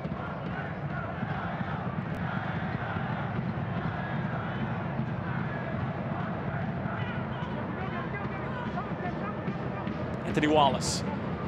Good ball over the top, hoping that Highland will be able to do something with it. Flicks it along just enough for Miguel Gonzalez. Highland again, back for Miguel Gonzalez. Great movement here from OKC Energy FC. Vucic asking for it at the back post. Anthony Wallace thought about it for a moment.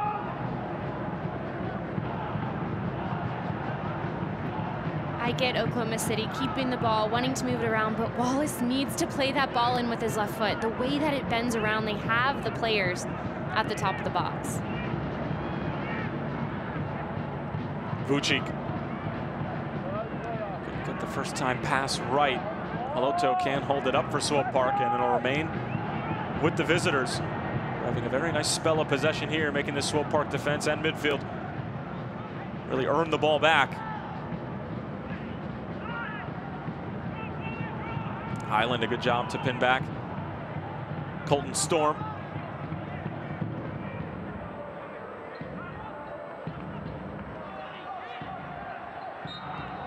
And the referee seeing a foul, and it will go the other way. First real time that I think we've seen OKC Energy FC in clear, clean possession in Swope's defensive third. Absolutely, I would completely agree with that. The way that they moved the ball around, they had players, they had numbers. You could see Angulo at times calling for the ball, Vucic at times wanting the ball, his hand in the air. The final pass just wasn't able to come off. The substitute Natsel Selbol is going to come on. 20-year-old from Nigeria. He's in his second season with Swope. Member of the Nigeria U17 national team. And as we mentioned before, a brace against OKC Energy FC back on September 2nd. So perhaps looking to devastate Jimmy Nielsen's side once more. This, however, a much bigger stage in the Western Conference Finals. Winner heads on to the 2017 USL Cup Final. Maloto around the first defender, still with some work to do, sliding it through for Belmar. Cochran off of his line. Won't get credit for the save, but that is a big play. CJ Cochran doing what he's done time after time in the postseason for this Oklahoma City team. Angulo finding Jose Baril. Vucic getting involved. Baril.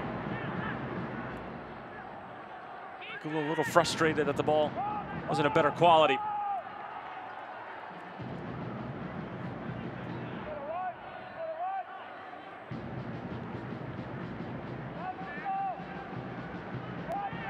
Anthony Wallace.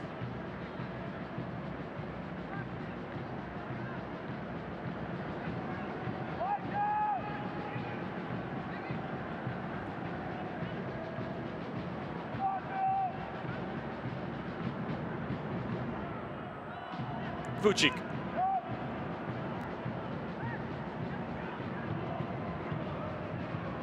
Oliveira able to come away with it. Sent over the top. Offside flag will stay down. Here's Selbol. What a challenge from Mickey Daly. Saving the day for OKC Energy FC. It remains 0-0.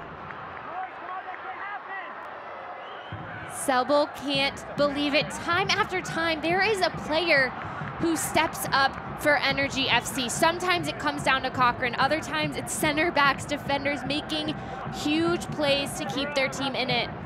the effort from Daly to cover that ground, to get back. Because when Selbel got on that ball, he had acres of space. But that being said, they have to be aware of that because Selbel was in behind and another player who was offside. But Oklahoma City has to be aware of that. They can't give Swope Park those chances. Oliveira on top of the corner now. Jidic towards the back post, and another very important touch from Mickey Daly, who will keep it in play as well. Two crucial plays from number 5. And as we talked about before, Morgan, it was that big ball over the top that was going to be OKC Energy FC's undoing. And that's one of the things with the way that Swope Park plays and liking the possession and wanting to find gaps. It's why that big ball often catches teams off guard, because usually you're waiting for them to get forward with possession and then try to slip. So you're not really expecting that big ball over the top. But they do a really good job at picking the right moments and when to go. Well, we talked about at the beginning of the broadcast how Nikola Popovic had to make this huge switch from what was a very counter-attacking oriented team a year ago to a very now possession-based team, which we've seen as they've dominated the possession statistic all evening. And we saw a brief glimpse of what this team is capable of on the counter. And you don't see it often because he said so many times on our call, the style of play that we impose is demanding and we don't change from it. We possess, we high pressure, and we hold the ball. That's the way that they play, but they're a team that is also just so soccer smart that they know when it's on to go, that's the best decision. Oliveira into the box. Anthony Wallace is there in timely fashion.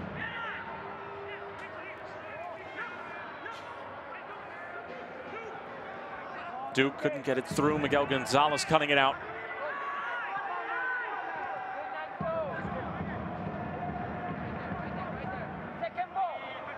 More than 15 minutes remaining in regulation. Could very well have both conference finals on the Eastern and Western Conference going to extra time. Louisville City and New York Red Bulls 2 there as we speak. Still time for a game winner from either side. Here's Jonathan Brown. Trying to get around Parker Marr.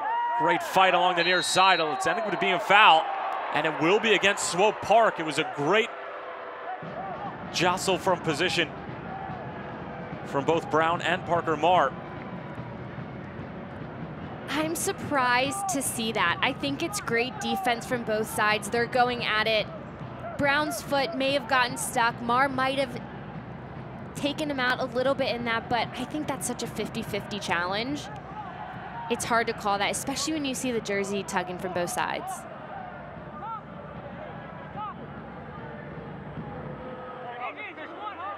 Anthony Wallace on top of a makeshift corner now for OKC Energy FC. Big bodies in the box for Jimmy Nielsen's side. Anthony Wallace, great ball in, there's the header, and it's just wide. And you saw the reaction from Sam Fink. He knew he had a real opportunity there.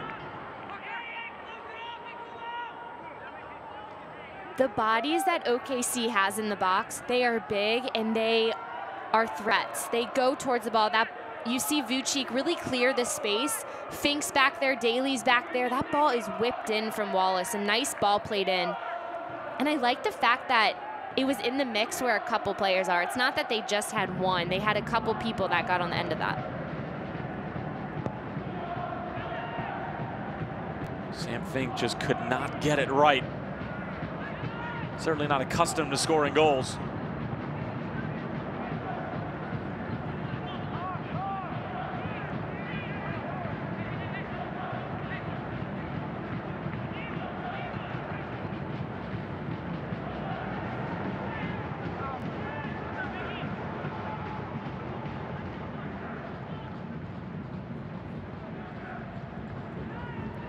The Energy FC Gold Card is a benefit for season seat members that earns them discounts at several metro area locations like Whole Foods, Carl's Plaques, Anthem Brewing, and Buffalo Wild Wings and Northwest Expressway. To learn more, visit energyfc.com/gold. Angulo showing great strength. Kyle Highland now.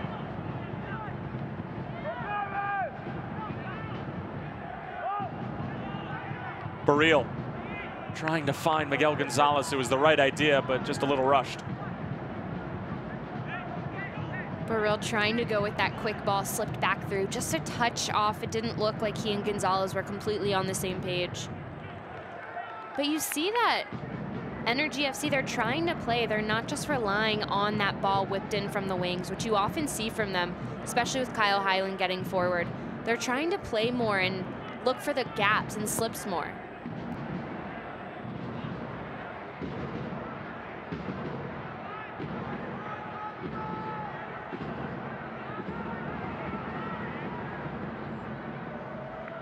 Still 1-1 rather between Louisville City FC and New York Red Bulls 2, now into the 120th minute. We are all but heading to PKs for a second straight year. Here's Oliveira taken down from behind by Jose Barril. And this is a real chance for Swope Park from the set piece. And a yellow card for Jose Barril as well, as he's shown mustard here in the 79th minute.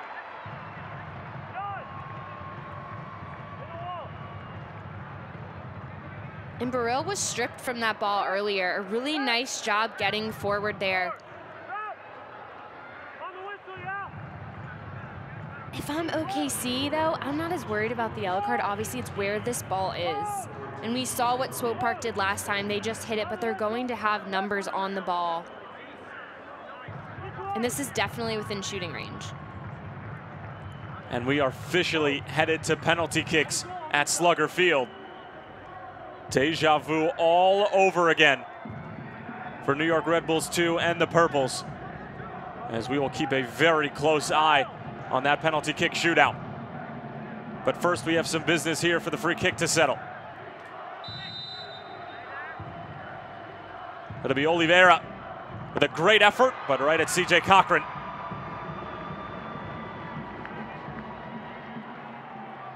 Oliveira had his mind up there because even with the run coming wide from Musa, no OKC player stepped wide. Nobody broke off the wall. But obviously, Oliveira didn't even play there. OKC wasn't worried about it, which in my mind, I think isn't completely the safest option. I think they should have had one slide off the wall, but Cochran did a nice job, obviously, once again, holding his line, just staying strong in the box.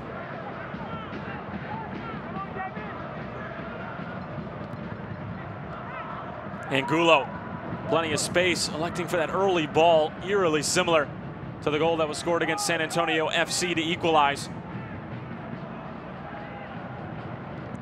Quality wasn't there from Angulo this time around. Hyland, the very important interception. Jonathan Brown, striding forward. Colton Storm now stepping to him.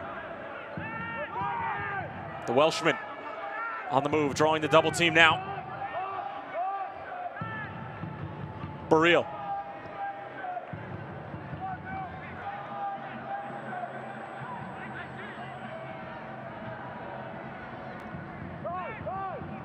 Jonathan bringing it down. Less than 10 minutes remaining in the 90. A goal now would surely be vital and most likely push whichever team scores the goal to the USL Cup Final.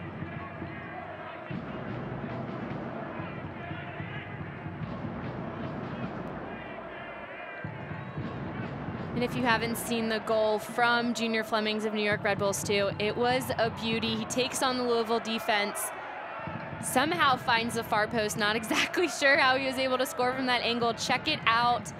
USL Twitter, USLsoccer.com, they have it up there. Really nice finish from him.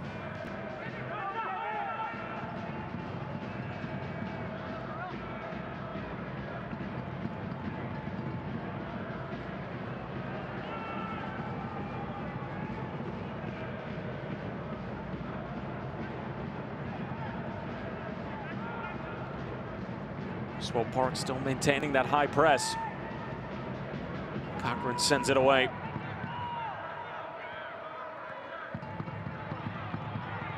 Angulo. Still Jose Angulo. Going for goal, but ball popped up right at the last second and could never get it on frame. If I'm on Oklahoma City and Jose Angulo is my teammate, that's the 4th time he's done that. I'm telling him, pass the ball. You have players open. You have Gonzalez making a run, Brown getting forward, Vucic has worked forward. There's no need to settle for that long shot consistently.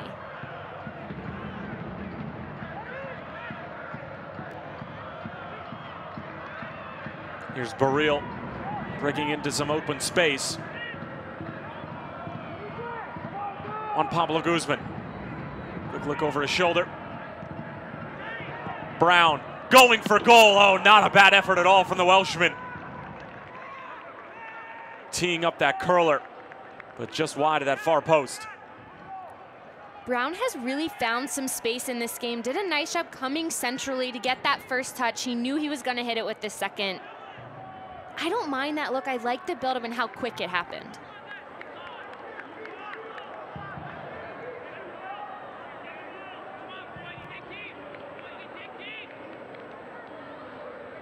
And we welcome those of you who are tuning in for the New York Red Bulls 2 and Louisville City FC.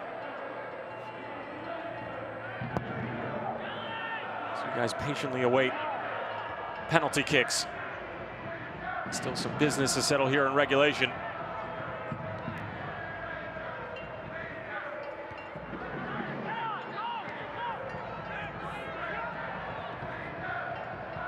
Oliveira, clever little touch. Swope Park, as they've done all night, are going to be very patient with the ball when they have it.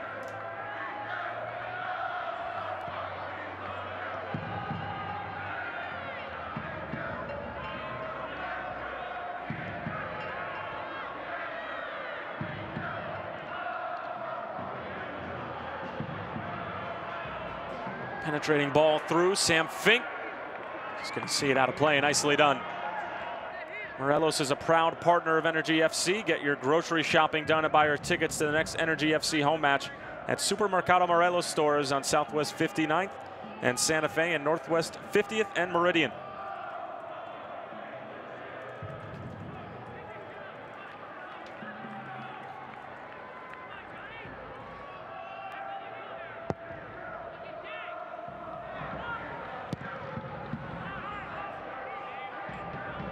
Penalty shootout just about to begin over at Slugger Field.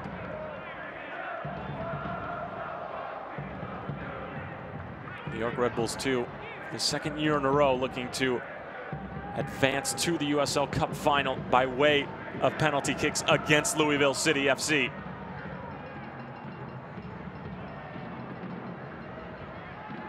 Vucic able to hold it up. Now here's Angulo. Baril trying to find Kyle Hyland out wide. Anthony Wallace back into the mixer.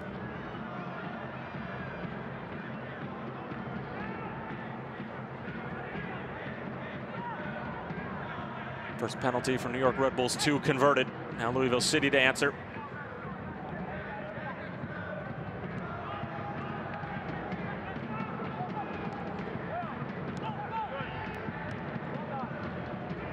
Baril. Dispossessed in a dangerous area, trying to atone for his sins, and he does so nicely. Putting Anthony Wallace in a tough spot here. Able to find Hyland. Baril taken down, and it will be a foul the other way.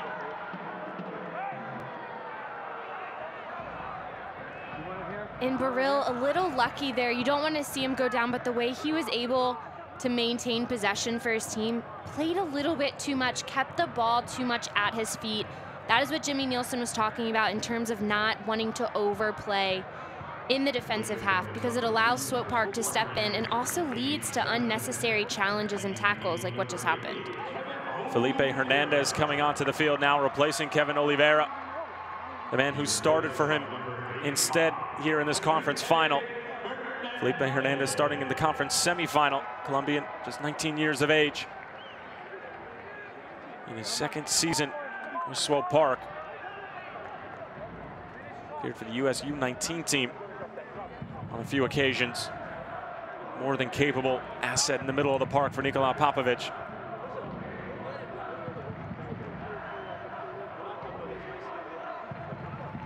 And New York Red Bulls 2 with a 2-1 advantage heading into the third round of the penalty shootout. Unbelievable stuff at Slugger Field. And if OKC Energy FC were to somehow come out of this game on top, You could be looking at the Greens hosting the USL Cup Final. After not hosting anything in the playoffs. Only in the USL Cup playoffs. I mean, the postseason is so crazy. You literally never know what can happen. You just have to be the better team on the day.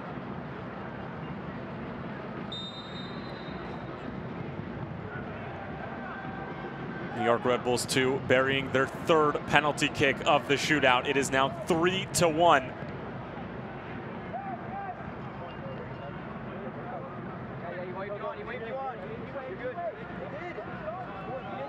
Just a few minutes left plus stoppage time remaining in this one here in regulation. Do we have a late game winner in store, or will we have to sort this out in extra time?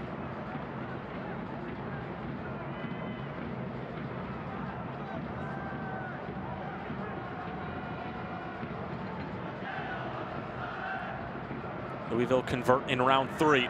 So 3-2 in favor of New York Red Bulls 2 heading into the 4th round. Here's Colton Storm.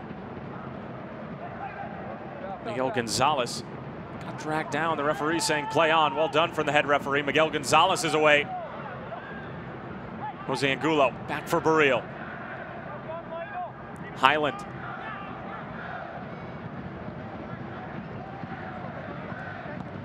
And wouldn't you know it, Greg Ranjetsing making a huge save for Louisville City FC.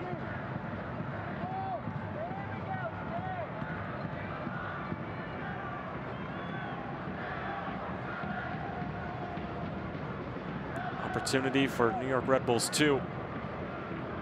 Either Louisville City FC perhaps.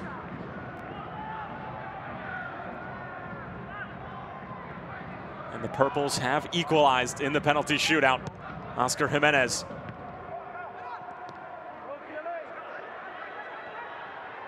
Hernandez trying to squeeze his way through. OKC Energy FC, as they've done all night long, remaining stout along their back line, and Anthony Wallace is down for OKC Energy FC.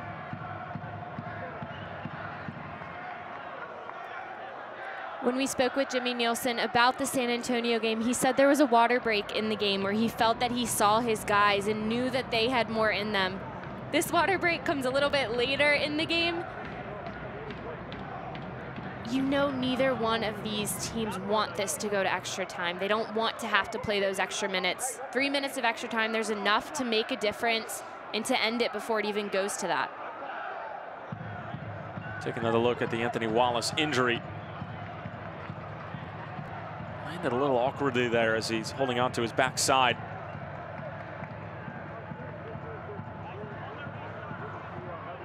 Help me with the injury down there. Help me.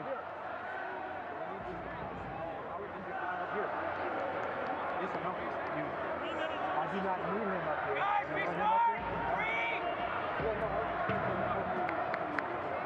New York Red Bulls 2 could not convert in the 5th round. And Jetsing with the big save. As we resume play.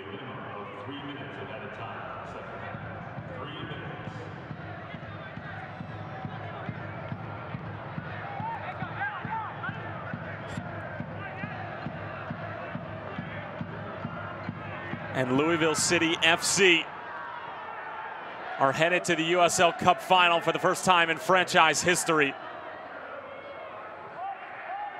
So the match will be played at Slugger Field.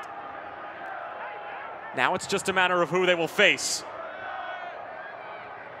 Unbelievable stuff from James O'Connor's crew as Jose Angulo is frustrated as we approach the remaining minutes of stoppage time.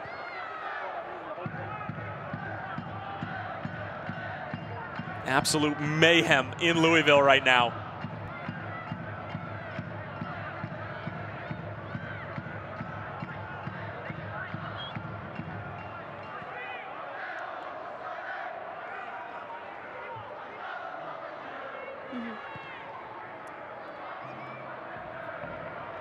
Ballard with the game-winning penalty kick for Lou City. Opportunity here for Swope, and it's going to be a foul right outside of the box. The referee was waiting to see if there would be advantage. And now a very dangerous and real opportunity for Swope to perhaps get the game-winning goal in the dying minutes of stoppage time from this free kick. I don't see that. I think if you're going to call that, bring it all the way back when Selbel first got around Daly. There's no way you can wait and make that call when they're both going 50-50. That's a game-changing call this late in the game. Swope Park's last chance of regulation. We'll see if it is game-changing indeed. Swope Park blocked initially by Baril, and the Spaniard able to get the second and very important touch to it. Played out of bounds, still chance for OKC Energy maybe for one last shot at goal here. Angulo squeezing his way out of trouble. The Swope Park defenders just stopped playing. Angulo along for Miguel Gonzalez, but big challenge there from Parker Marr, and that has to do it for regulation now.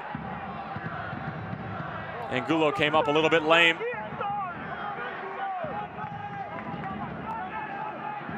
At 3.5 minutes of stoppage time now. Mickey Daly cutting it out on Pablo Guzman, just going to keep it.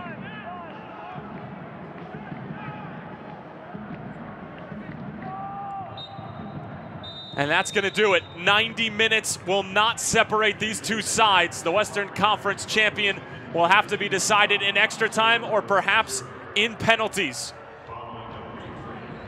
No true chances for either side with the exception of maybe an Ansel Selbel shot that didn't even get there. A game-saving challenge from Mickey Daly, as neither team able to find a breakthrough in the 90 minutes. We will head to extra time. Stay with us. Western Conference champions still to be claimed.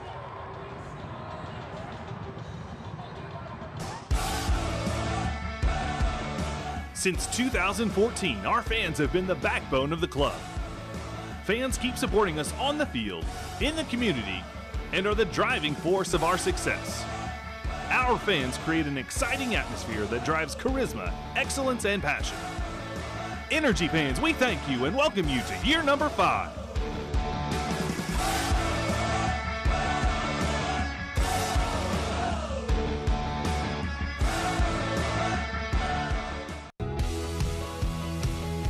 I don't think any city in America has come as far as fast as Oklahoma City.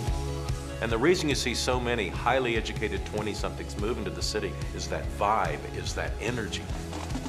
And we want to be a part of that. We believe our MBA program is just as vital, it's just as interesting, it's just as engaging as other parts of people's lives. We can provide students with this incredible opportunity to learn in the places where they're living, working, and playing.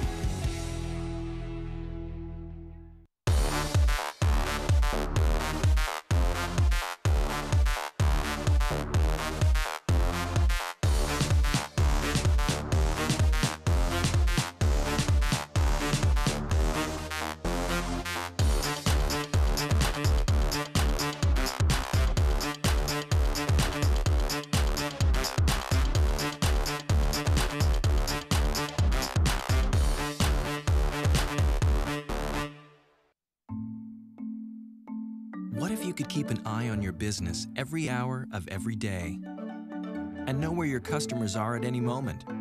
See what your employees are doing or tell if your windows and doors are secure. And what if you could do all that from anywhere? Introducing Cox Business Security. With HD surveillance and 24/7 monitoring, our security never sleeps, so you can. Cox Business Security Solutions. Security that means business. 90 minutes in the books here at Children's Mercy Park. A champion has still yet to be named in the Western Conference. Extra time right around the corner. The captains for both sides taking care of the coin toss as OKC Energy FC and Swope Park Rangers, the number 6 and the number 4 seeds respectively in the Western Conference, could not find a breakthrough in 90 minutes of play. Tyler Terrens along with Morgan Conklin. And Morgan, really not much to write home about in those 90 minutes. A couple of chances here and there. This just seems like a game that's destined, and I hate to say it, for penalty kicks.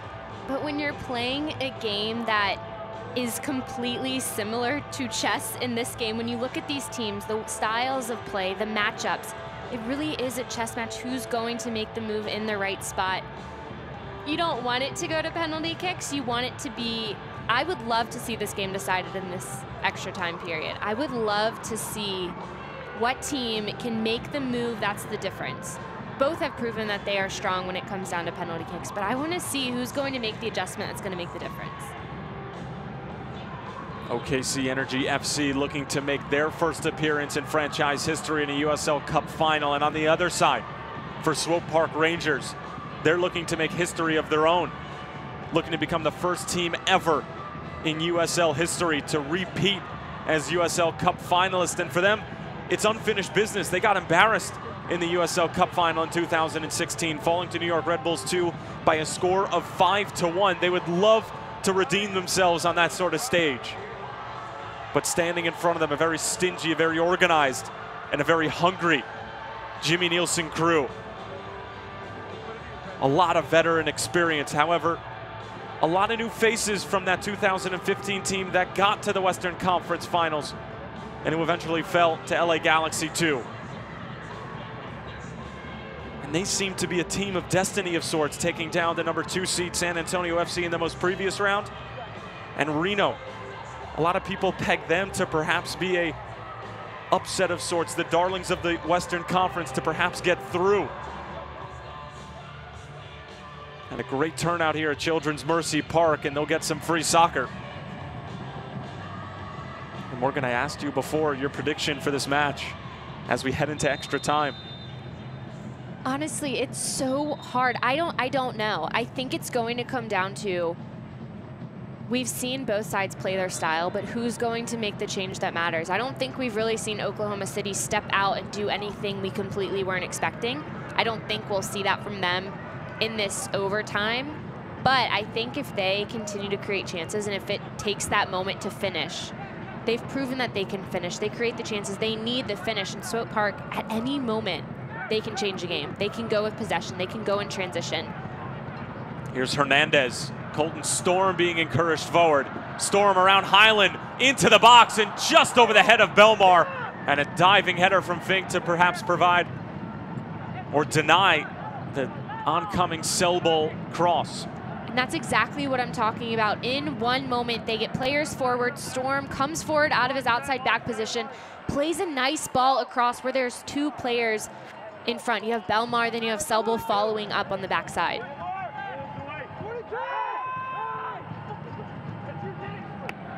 Cochran spills it initially, but able to fight his way through and collect it. And that's what Swope Park seemed to love on these set pieces, and on the corners in particular, is just to surround CJ Cochran and make life as difficult as possible for him. Well, and you have to think, if there's a goal that's going to beat Cochran, it has to be something really special with the way that he's played, especially in this postseason, ever since the end of September. Very rarely is he going to get beat on those balls, and even if he spills it, he's there to cover it up. It's going to take something really special from them, including their movement, the way that they support one another. It's going to take one of those plays to get it past him. And as we mentioned before, CJ Cochran, after stepping in for Cody Lorendi, 5-0-1, just 4 goals allowed. 2 of them have come in the postseason. And just 1 in the postseason. That was against San Antonio. USLsoccer.com, he was in an interview and he said how he wanted to make up for the fact, pretty much, that that goal happened. It was unfortunate, the deflection, very unlucky for his team, but I think that speaks so much to Cochran and this OKC team. Very rarely do they do anything that doesn't benefit more than just them. They're all about the team. They're about how the team does rather than the individual accolades, the individual stats. Everything that they do is about the team. That comes down to the way they attack and also defensively, being organized all together. Storm trying to find Belmar. Last touch came off of Belmar, and it will be a goal kick.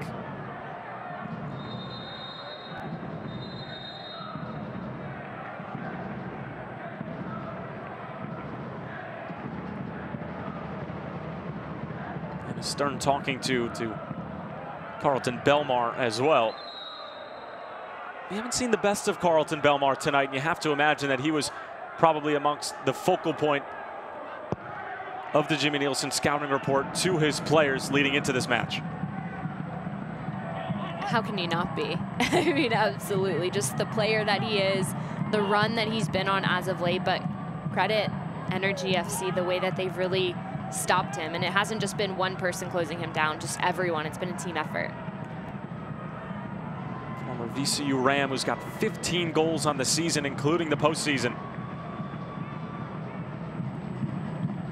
He's only had a glaring opportunity tonight. That honor remains with Natsel Selbol, but that opportunity quickly dissipated with the probably game-saving challenge for Mickey Daly early in the second half.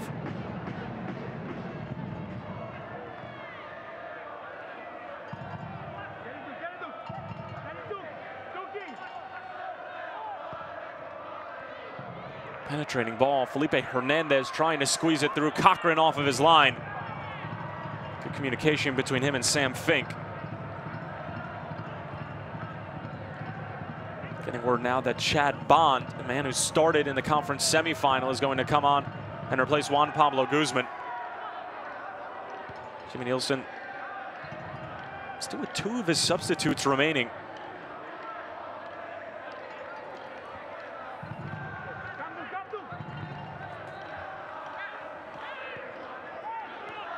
All of the penalty kick takers in that match against San Antonio FC remain on the field for OKC Energy FC.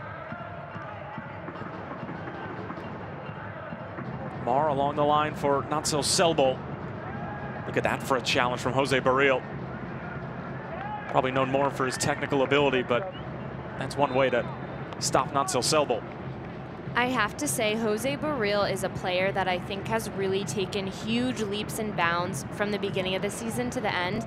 Early in the season, you saw him getting red cards. I think he got 2 within a short time frame. Just didn't seem to mentally be in every game, wasn't making the best decisions, and now he's such a huge part of this team. So creative, so technical, and Jimmy Nielsen really likes what he does in the run-up, in the build-up of play, getting his teammates involved. And he said he's a winner, he's someone you want on his team, and I think he's just taken huge steps in terms of this season, and you see him still get into those tackles, but his temper doesn't get the best of him anymore.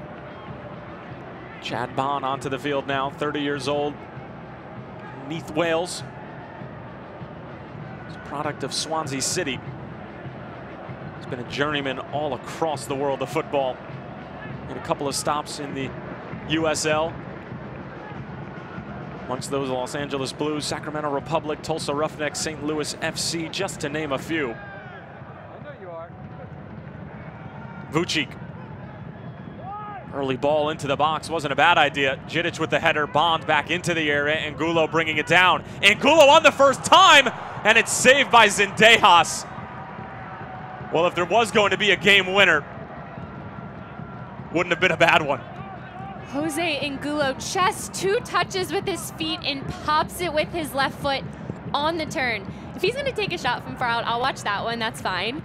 I mean, incredible technique on that one, and to be able to get off a shot that quickly when the ball's in the air. Fooled our cameraman as well. I mean, we couldn't even pan because the shot came off of his foot like a rocket. Swope on the other end, Felipe Hernandez, look at these moves. Falling for Duke. He has his shot blocked in front by Anthony Wallace. There's a challenge from behind by Vucic. Swope wanting a foul, not going to get one. Sam Fink. Fatigue certainly starting to set in for both sides, especially those players who have been out there for the 97.5 minutes, but all of those sprints, all of that conditioning in the offseason and preseason coming in hand for moments like this.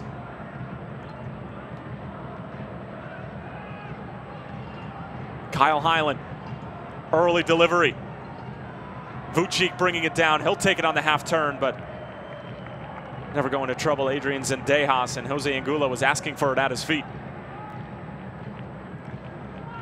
You have to note how many opportunities OKC has had in the past couple of minutes, but a lot of those have then in turn gone the other way and allowed Swope Park to get forward. That's something that they have to be careful about, is maybe not finishing a chance and then having to turn around and defend quickly and get back to the other side.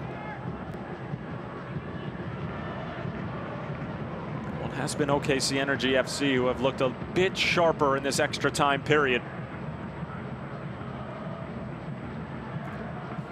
2 15-minute periods to be played. We'll switch halves at around the 105th minute mark.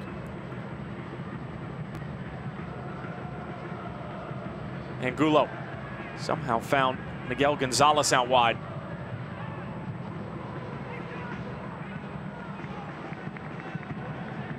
Jidic will see it out of play.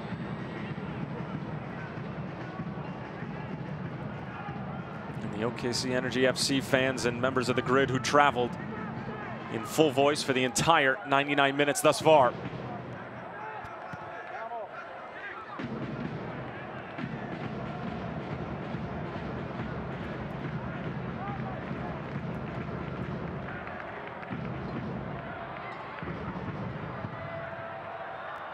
On a 5-hour drive from Oklahoma City to Kansas City right here at Children's Mercy Park. I'm sure the Greens more than appreciate the support that they've gotten on the road. Hernandez. Musa. Duke with a bit of a heavy first touch. Daly mistimed it slightly. Brown trying to get it. Selbo comes away with it. Now Hernandez. Great footwork from the Colombian. Storm. Working on Kyle Highland. Selbo. Selbo with a shot. It goes all the way across the face of goal. Had to be cleared away by Sam Fink.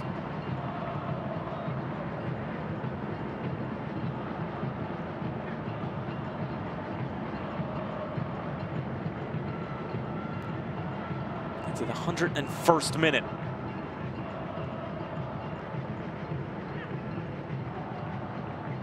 Over 100 minutes of scoreless soccer.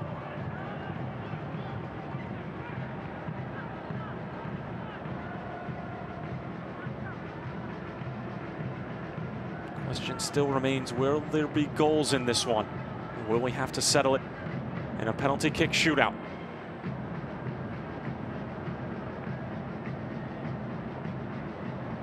Marr able to keep it in play, working out Sam Fink.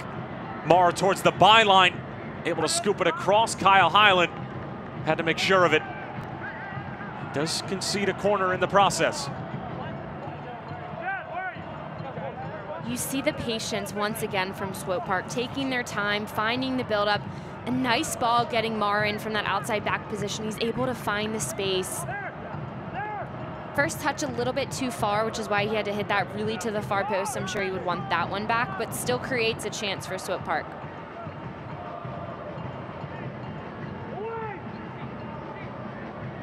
Big looping ball. It'll fall from Musa. Vucic with an important block.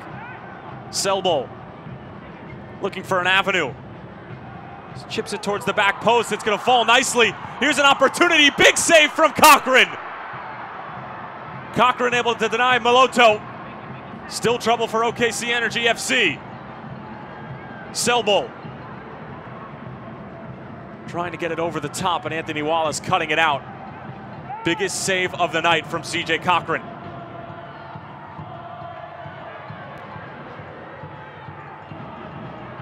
Vucic in some space.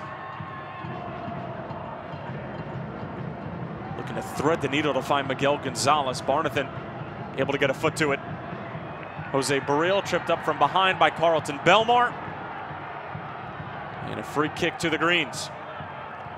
This last save from Cochran, once again, a nice ball played across, way too much time on the ball. Maloto has so much time, he's able to create. Cochran gets low, saves it with the space, does whatever he has to do to get the job done for this team.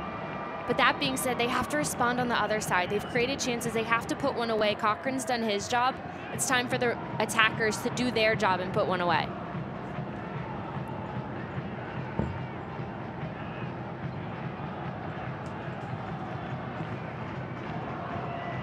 Anthony Wallace cleared away by Jidic. He's been magnificent at the back for Swope Park. And look at the Rangers on the break. Parker Marr taken down by Sam Fink. There was no foul called from the referee. Looked like Sam Fink was intentionally trying to slow up the play.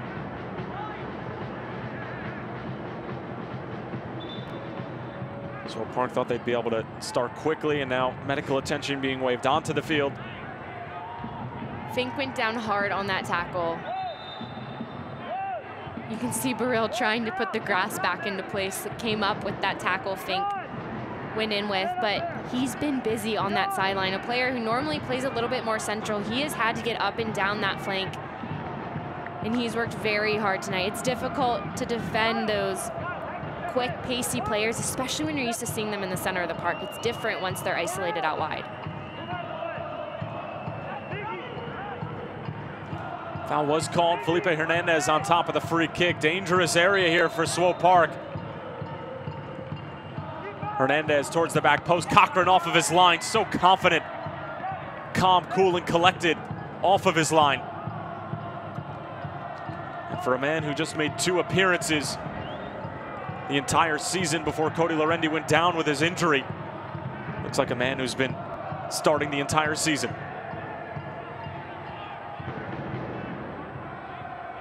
I mean, at this point, I don't know if it's, like, is there any point in continuously saying he didn't have much time before the Lorendi injury? I mean, because he's not playing like a player who didn't see the field that often.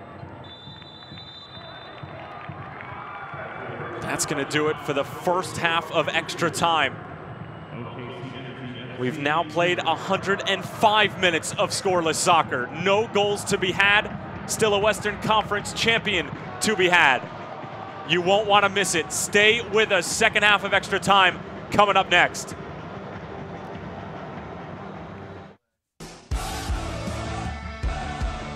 Since 2014, our fans have been the backbone of the club. Fans keep supporting us on the field, in the community, and are the driving force of our success. Our fans create an exciting atmosphere that drives charisma, excellence, and passion. Energy fans, we thank you and welcome you to year number 5.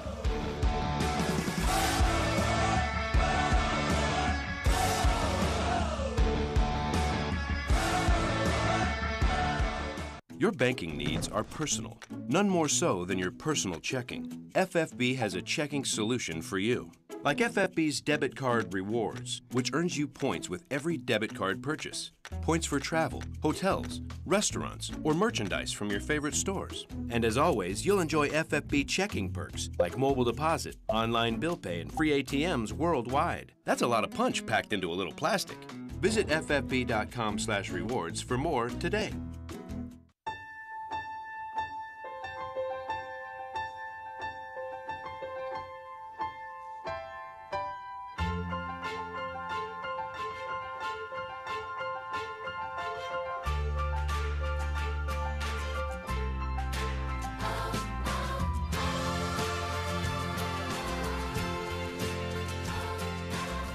Find out how a Mercy doctor can take care of you. At Mercy, your life is our life's work. 15 more minutes to be played in extra time between the 6th seed OKC Energy FC and the number 4 seed Swope Park Rangers in this Western Conference Final. And before we settle the champion in the West, we'll take a look at how the East was determined. Ethan Cutler had his penalty saved by Greg Ranjetsing, and then Ballard stepping up and burying it for Lou City. Revenge best served a year late, as they are able to redeem themselves after their penalty kick shootout loss against New York Red Bulls 2 from a year ago, and Louisville City will be hosting the USL Cup Final. They are Eastern Conference champions in 2017. And Morgan, we were trying our best to follow along with this match as well as that one, and it was tough to keep your eyes off of both. I mean, the PKs that then Ranjetsing, massive saves in regulation towards that, in extra time towards the end of that game. And then when it came down to PKs, I mean, Louisville's been outstanding this year. New York Red Bulls, though, so good in the postseason. I always love a good rematch. I know you would have loved to see a rematch in the finals as well, but that was a good game, and Louisville gets to host the final. Why would you say I want to see a rematch in the final? Because you love rematches. Says who? I mean, honestly, okay, I'll speak for myself. That would have been cool. Can you imagine? No team has ever gone to back-to-back USL Cups. But to and have both teams. I mean, honestly, I feel like that would be something that might never be repeated. I feel like it'd be that rare with as many teams in the league. Well, as broadcasters, we normally root for the storylines, but there have been so many storylines this season that no matter who's going to be in it, I think that it's going to be a phenomenal final either way. USL Cup Final to be aired on ESPNU. And I mean, for Louisville in the Eastern Conference, a huge storyline for them is being so strong all season and to maintain it throughout the postseason, to then host the final. It's so hard to do. Well, as the Monarchs were ousted in the Western Conference quarterfinals and penalty kicks by Sacramento, they've uplifted the spirits a little bit, said, listen, if we can get through the Eastern Conference, we'll be able to play for the USL Cup on our home field right here at Sluggard. And they have done everything that was asked of them and asked by James O'Connor and that Lou City coaching staff, who have done a terrific job from start to finish, as Morgan mentioned. Probably not a more deserving team in the Eastern Conference than Lou City. I mean, how often do you see teams start the season out strong and hit that lull and really drop in rankings and then try to claw their way back? And then by the postseason, they've already had these ups and downs, and it's just so difficult. But for a team like Louisville, who, yes, has had some downs, but to really maintain that consistency. Well, like any team, they had their up and down throughout the season, but wasn't as drastic as maybe a Charlotte Independence, who are on the highest of highs during the dog days of July, but then fell to as far as 5th at the end of the season, or the Charleston Battery for that matter, who fell and then started to rise again, mostly at the expense of Charlotte.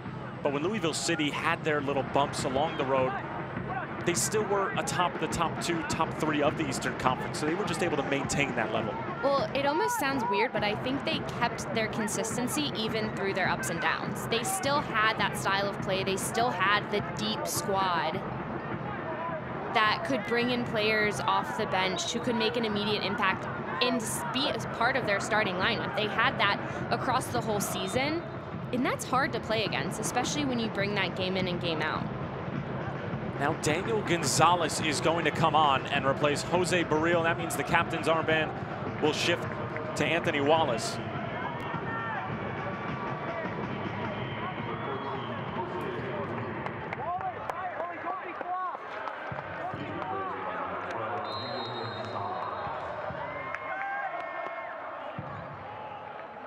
Cody Andrews and Daniel Gonzalez, the only 2 members of the 2015 Western Conference Final team of OKC Energy FC, remain on this 2017 roster.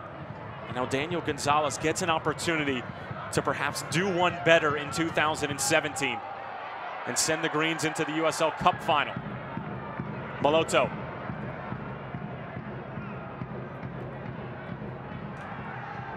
Knocked out of play by Jonathan Brown, and the traveling members of OKC Energy FC didn't necessarily agree with the call. Selbolt go the other way with Swope. Sam Fink has done a terrific job stepping in as the outside back, normally known as a center back for Jamie Nielsen, but with all the bangs and bruises that his team has accrued during this magical postseason run, sometimes players have to step up into unfamiliar places and get the job done. And that's going back to what Popovich said with Swope Park, just looking at teams. Players transform themselves in the postseason, and players step up when it's needed. And maybe that's filling a different role, but players have that ability, and that's one thing that makes the postseason so great is once you're there, your record and everything in the regular season is out the window. It's brand new, and you see teams that are able to rise to that occasion and players that are able to do so as well.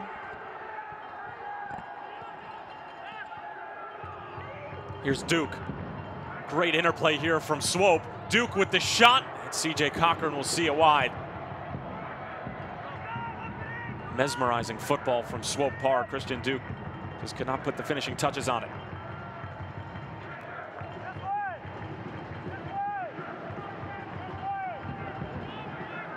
Morgan, I'm sure you've played in a number of overtime games and penalty kick games in the NCAA tournament, having been there 4 times. As the fatigue starts to set in, what are you focusing on now? Is it the breathing? Is it the mental aspect of the game? It's mental. I mean, at this point, your body is tired. You don't want to have to go to PKs. You don't even want to think that far because you just mentally want to be present. And each touch, you have to pay that much more attention to it. The passes, especially defenders in their back half, you don't want to make that mistake. But at this point, these teams have been training since February. They've been working so hard, and to only have maybe a couple minutes left in the season, it just becomes mental and who's going to grind it out, because playoff games are a grind, but postseason, extra time, overtime games, those are even more of a grind.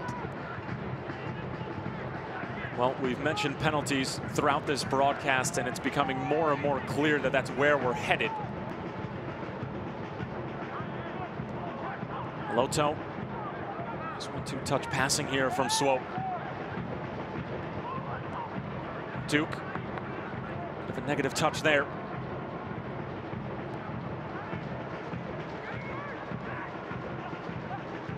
Less than 9 minutes remaining in extra time. Both players have all 4 of their penalty kick takers from the conference semifinal if you're OKC Energy FC, and from the conference quarterfinal if you're Swope Park, on the field and available for the shootout should we get there. Foul committed by OKC Energy FC, and now Vucic perhaps going to get a card, or maybe just a talking to. And it is going to be a card after a moment of theatrics. If I'm Vucic in this moment, I am frustrated. He's a bigger player, so he has to be careful the way he goes in. Does a nice job of dropping back, but that's absolutely a foul against Selbel. He has to see the side he's coming in on, the way he's going in. Cochran able to make that save. It was a fizzing effort from Felipe Hernandez, and Cochran but shaken up after that save. And Swope Park showing once again that they can go quick. They like to possess the ball, but they're not afraid for that quick free kick. Hernandez, good contact from far, forces Cochran to make a save. It's a little awkward for him as well, the way he has to stretch for that ball.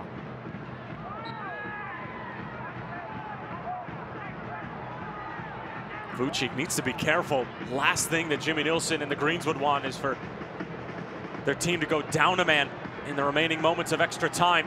Here's Selbel on the move around Mickey Daly. Still Selbel trying to send it across. Loose ball off the back of Maloto, still with Christian Duke. Into the 114th minute. Parker Marr back for Selbel. He's been active in extra time. Marr into the box. Mickey Daly with a touch. And cleared away by Daniel Gonzalez.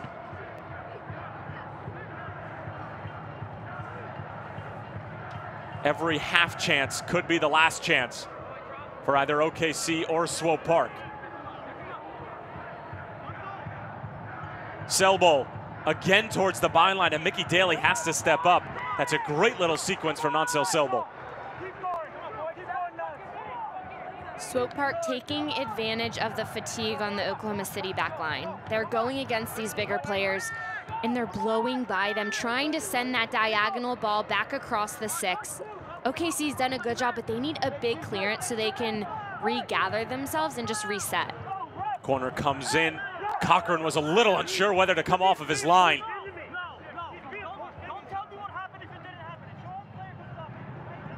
You can hear Cochran having a conversation with the referee there, claiming that one of the Swope Park members pushed him. It was Jidic who ended up getting the touch, and if you're OKC Energy FC, the last person you want to get a free header is Amir Jidic, who's already proven that he can score in overtime like he did in the first round against Phoenix.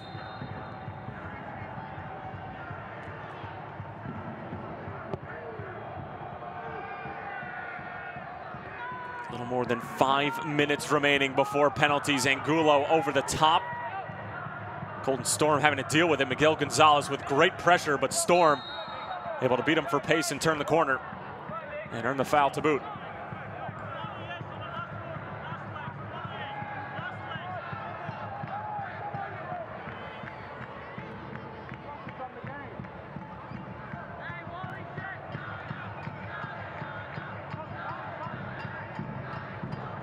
Jidic Big sweeping ball right onto the foot of Parker Marr.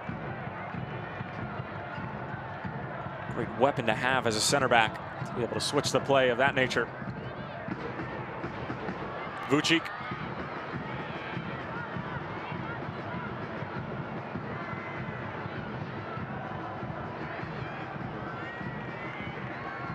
Sam Fink. He's been a warrior for Jimmy Nielsen tonight. Felipe Hernandez. Carlton Belmar. Working on Anthony Wallace. What a great matchup this is right here. Goes for Felipe Hernandez. Denied by Highland initially. Belmar back for Colton Storm.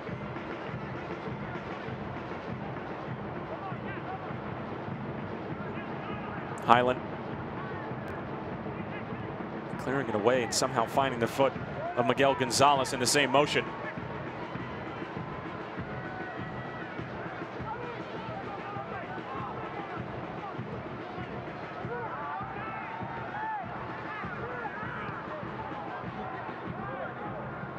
Long for Miguel Gonzalez by way of his brother Daniel.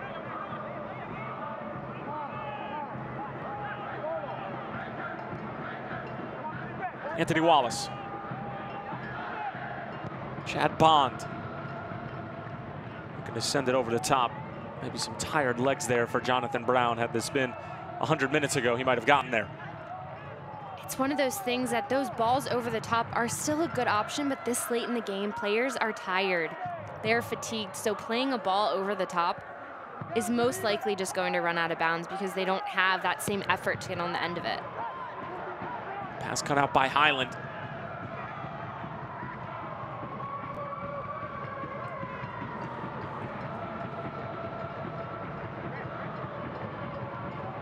Vucic.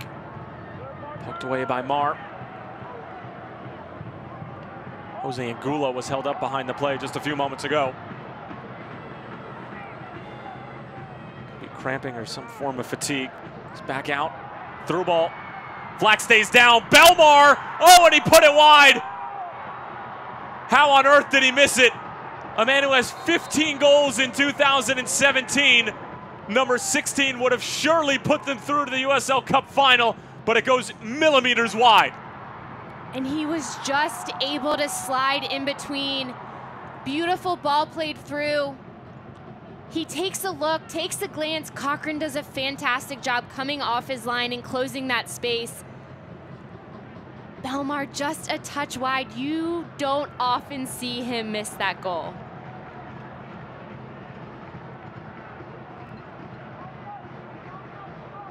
I think we, like the OKC Energy FC back line, thought that the offside flag was coming, but it was never risen by the AR on the near side.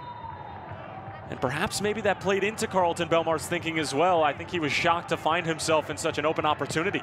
You could see when he got the ball, he looked around to see that he didn't have anyone with him, but he still was able to get the shot off quickly, which he needed to, seeing CJ Cochran come off his line. But credit to Cochran, closing down the angle, really giving Belmar just that far side, which he just missed.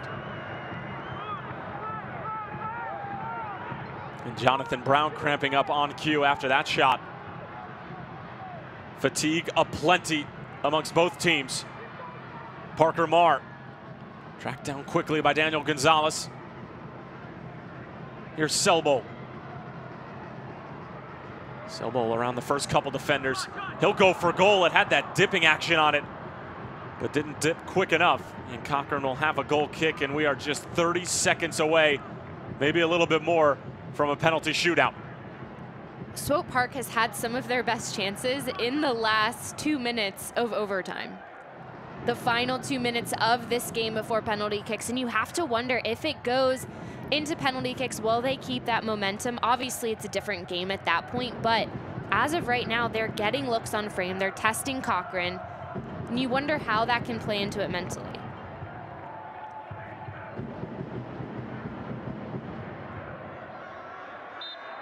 And that's going to do it. The Western Conference champion, much similar to the Eastern Conference champion, will be crowned by way of a penalty kick shootout. 120 minutes of scoreless soccer, and it'll come down to 12 yards away. Stay with us. The shootout is coming up next.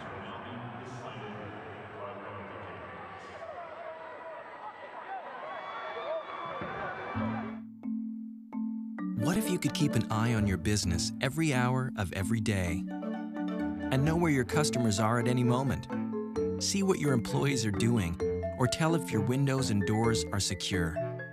And what if you could do all that from anywhere? Introducing Cox Business Security. With HD surveillance and 24/7 monitoring, our security never sleeps, so you can. Cox Business Security Solutions. Security that means business.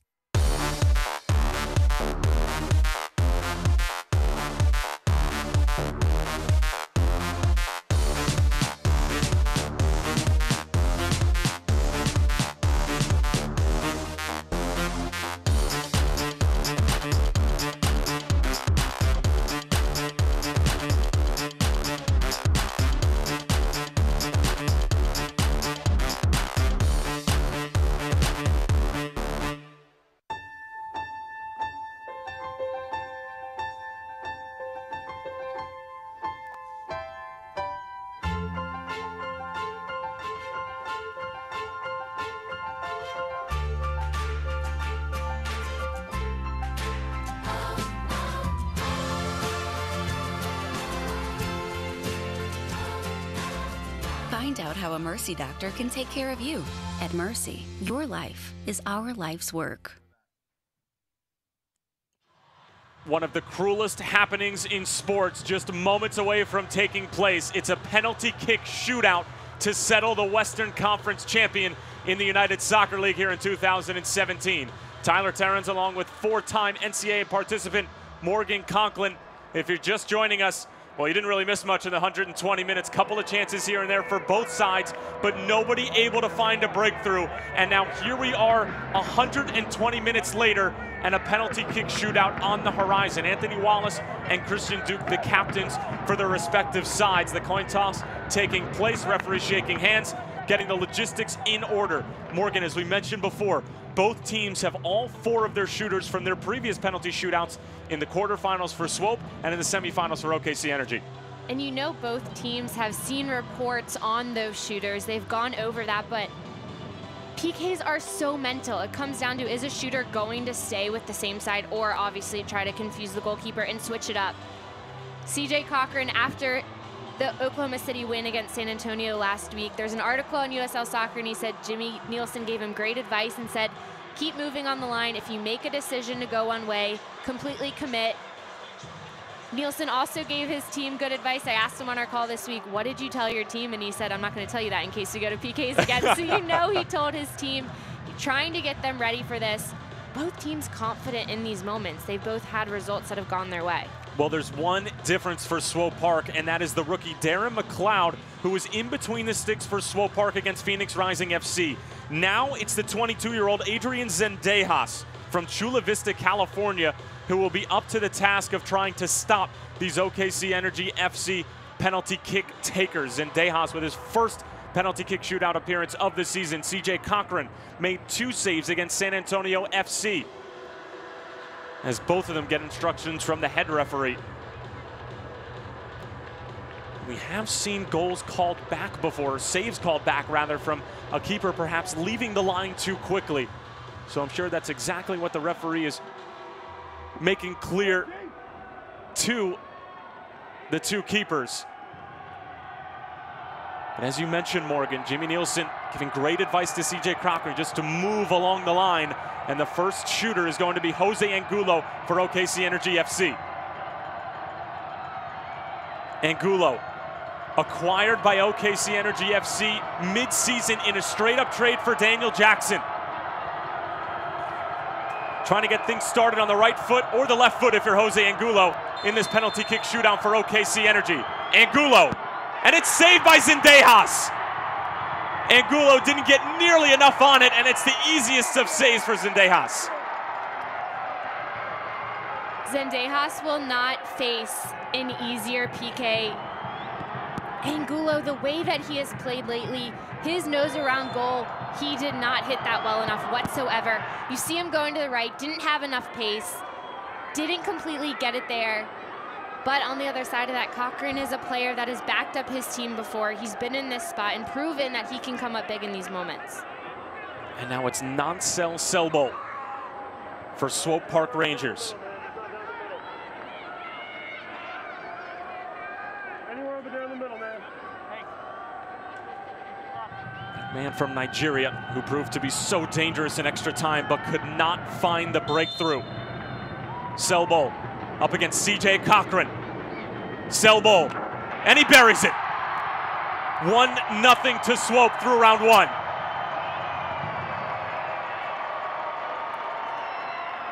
That is exactly what you want a first PK shooter to do. Stepping up big, confident, he struck it well, had the pace. You can just see the confidence, the way he stepped up to it. That was the difference between Selbo and Angulo. Not after, obviously he's confident after, but the way he stepped up to it and hit that ball. Nothing Cochran could have done on that one. Cochran guessed the wrong way. Selbo picks the right way. And embraced by his teammates at midfield. And now it's up to the Welshman, Jonathan Brown. A journeyman in the world of football. His most recent stop, OKC Energy FC. Brown. And he buries it. Beautiful penalty from Jonathan Brown. And it's just what the doctor ordered for Jimmy Nielsen in his side. I love the way our field mics pick up the way he hit that ball. Struck it beautifully to the left side, had the pace. That's one of those where you have Zendaya going for the ball and he still can't even get to it.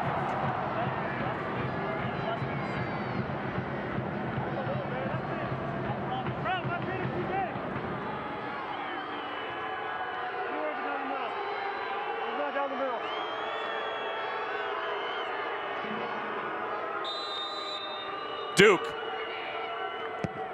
Saved by Cochran. The captain, Christian Duke, denied by the backup keeper who's filling in for Cody Lorendi. Huge save from Cochran.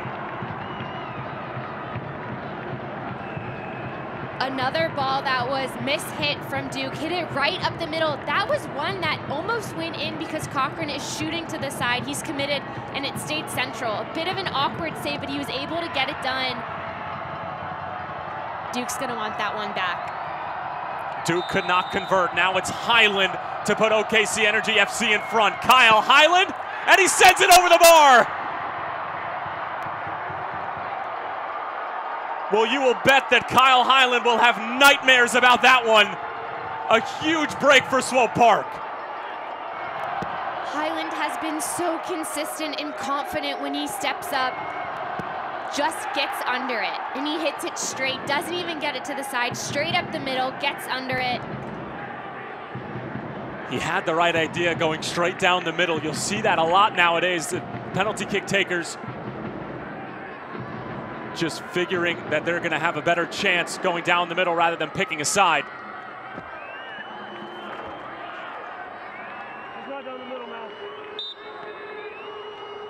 Carlton Belmar. Belmar gets it right past CJ Cochran. He got a fingertip to it, but in the USL Cup playoffs, a fingertip may not be enough.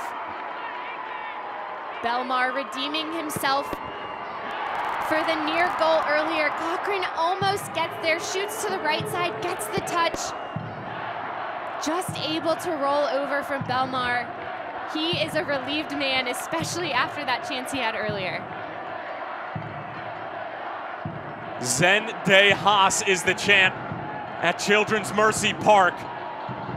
Shirtless and nervous OKC Energy FC fans as they look on to who was the hero in the Western Conference semifinal, Anthony Wallace. He picked the left side to send them into the conference final. Wallace and Zendejas.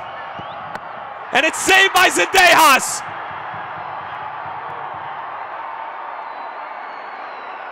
And now an opportunity for Swope from the spot to head to back-to-back USL Cup Finals.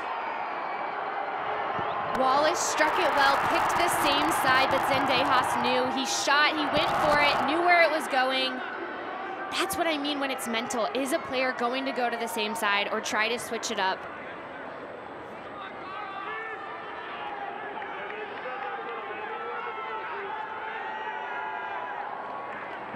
And now stepping up to the spot for Swope.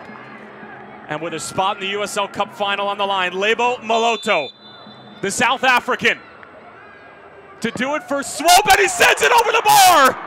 Would you believe it? OKC Energy have life. The moment was just too big for Maloto. Gets under it completely, so calm walking up to it. Just roofs it, gets completely under that ball.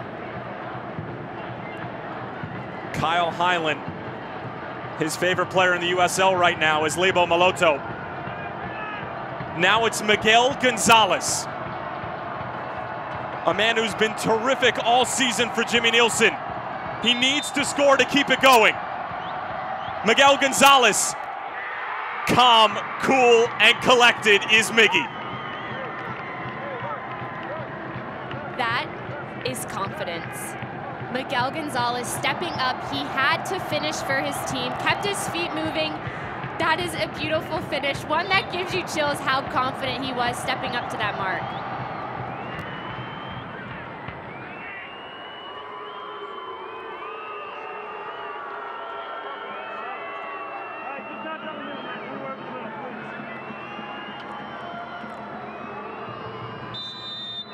Felipe Hernandez, and Cochran keeps it out! CJ Cochran!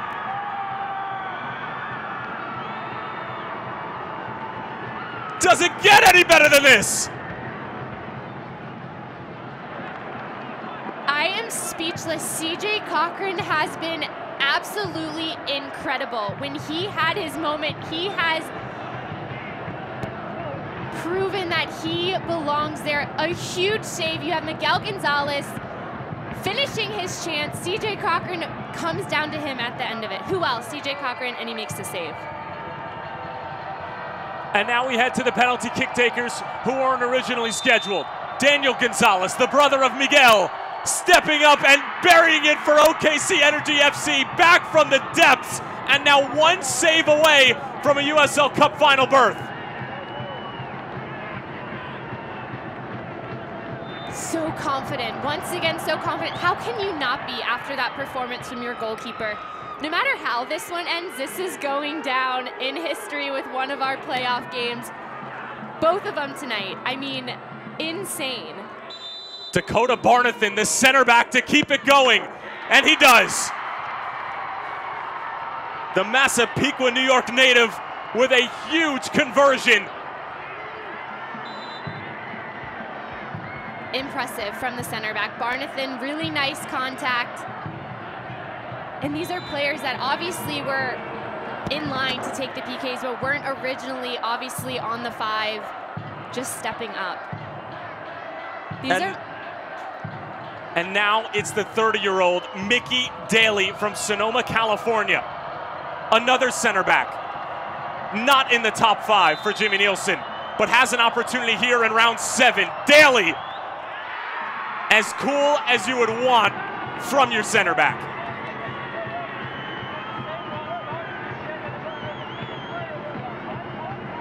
Once again, another player, a nice finish. It wasn't even all the way to the corner, but Daly knew where he wanted to go, and he committed. And now Colton Storm, the long walk from midfield to the 12-yard marker.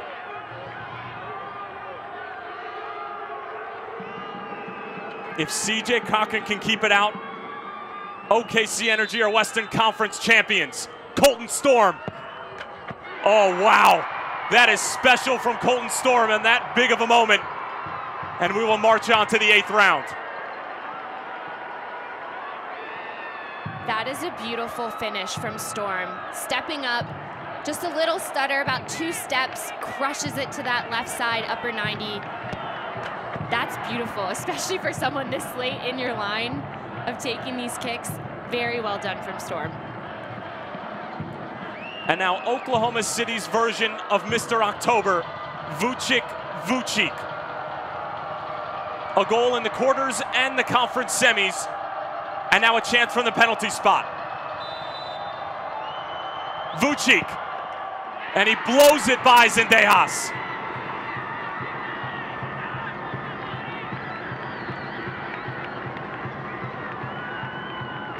placement. That's what he did. Vucic just placed it with that left foot. And even though he is one of the top scorers, you often see where they don't take the PKs. Maybe he doesn't want to. Maybe he wanted to wait until later. But that's a nice finish, stepping up and just placing it where it needed to go. And now it's up to the holding central midfielder, James Musa, to keep it going. Musa.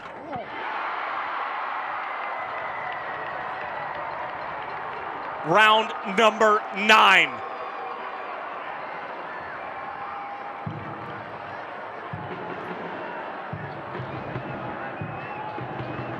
A pretty big windup from Musa, or run up. The way that he had to cover that ground. Left-footed strike. Cochran went low. There's nothing he could have done, but this just keeps getting better and better. And the penalty kick takers become more and more interesting. Chad Bond, a man who's not scoring goals by any means during the regular season. It's kept out by Zendejas.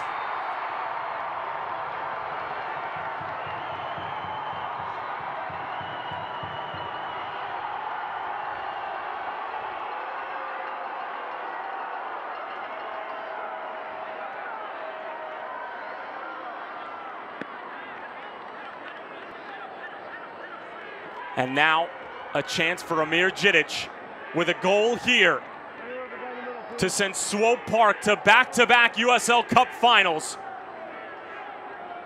Amir Djidic, the savior in the quarters. Could he be the hero here in the conference finals?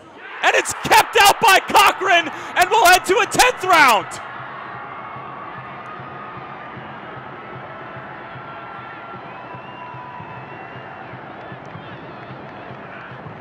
Tyler, I have no words. Djidic hits that so well. I really have no words for this performance from what we're seeing from CJ Cochran. I mean, the game's, honestly. CJ Cochran has had his back against the wall this entire shootout and continues to come out swinging. Sam Fink, and he buries it. This team will just not quit. And one more save from Cochran will do it. Beautiful finish from Fink. Stepped up, beautiful low driving ball. Zendejas goes to the other side. Getting Cochran pumped up for this one. Now it's Parker Marr, the outside back for Swope.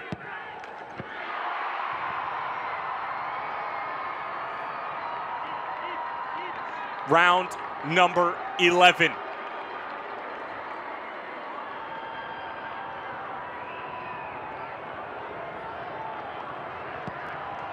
Beautiful from Marr. The way it came off his foot, finding that upper corner.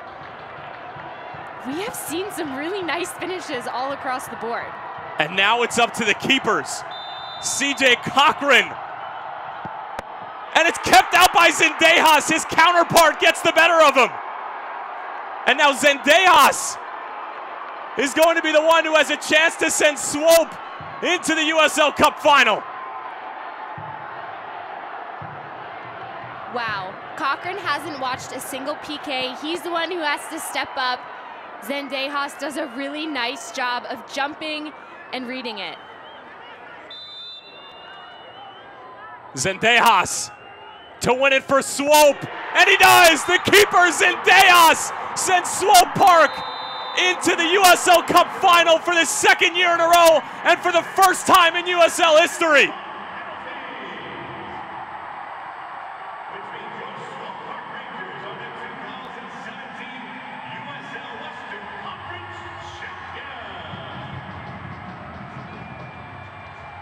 Swope Park Rangers, your 2017 Western Conference champions. For those of you who are on KSBI, it's been a phenomenal season for OKC Energy FC. Harsh and cruel this game can be sometimes. But the Greens fought until the very last moment. And who would have thought that CJ Cochran not being able to convert on a penalty would be how this season ends. Cochran is our man of the match for OKC Energy FC and really has been the man of the latter half of this season for Jimmy Nielsen's crew. And Morgan, you can't say enough about this man. It is such a shame that his season came to an end like this. I mean, time after time came up huge for his team off the line, making the saves that was necessary in penalty kicks.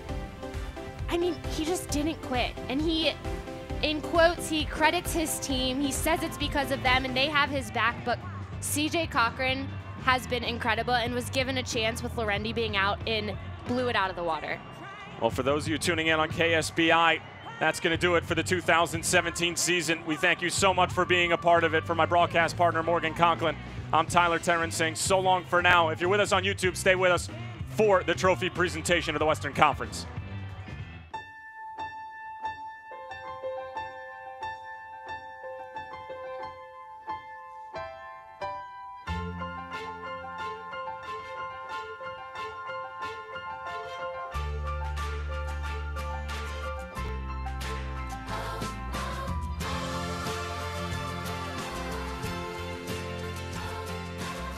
Find out how a Mercy doctor can take care of you. At Mercy, your life is our life's work.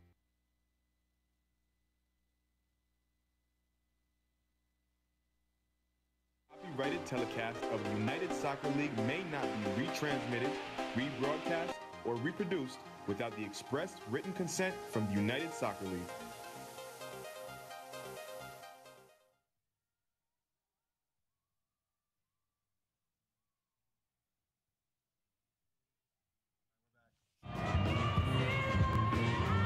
Celebration and elation for Swope Park Rangers as they head to the USL Cup Finals for the second year in a row and in just 2 years of existence under 2 different head coaches.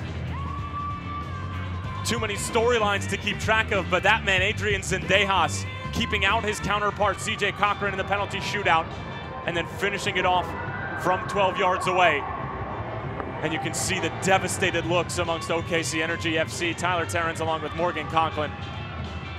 Glad you could be with us if you were with us for the entire way. What a night it was. And the celebration is just going to begin for Swope Park. Hugs all around from Nikola Popovic. And with that, we will take a look at the full-time highlights, including extra time as well as the penalty shootout. And Morgan, what a night it was. I mean, early on, Oklahoma City getting chances. Vucic early on, getting on the end of that. If that wasn't cleared and wasn't blocked, would have been a really good chance. But Jose Angulo found himself in this position about 3 to 4 times, was able to get the ball, collect, and look at frame. But this was one of the best chances for Oklahoma City. Alex Dixon getting forward, a really nice ball played wide to Brown. And Swope Park Rangers in the second half would have a couple opportunities here and there. Juan Pablo Guzman with a big shot. Natsel Selbolt thought he had daylight, but Mickey Daly wasn't having any of it. And Oklahoma City covered very well. They tracked hard.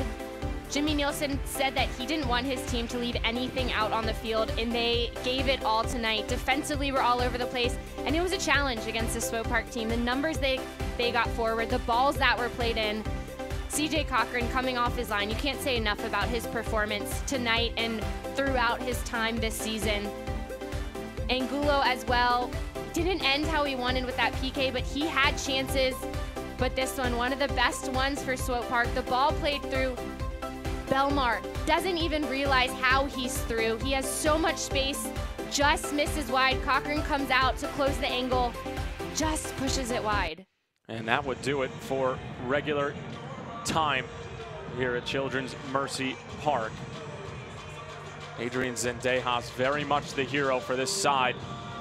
As we mentioned prior to the shootout, it was Darren McLeod, the rookie, who got the opportunity against Phoenix Rising FC in the conference quarterfinals, and then Zendejas, who stepped in cold penalty kick shootout-wise, came up with a couple of huge saves, including the game-winning save and conversion.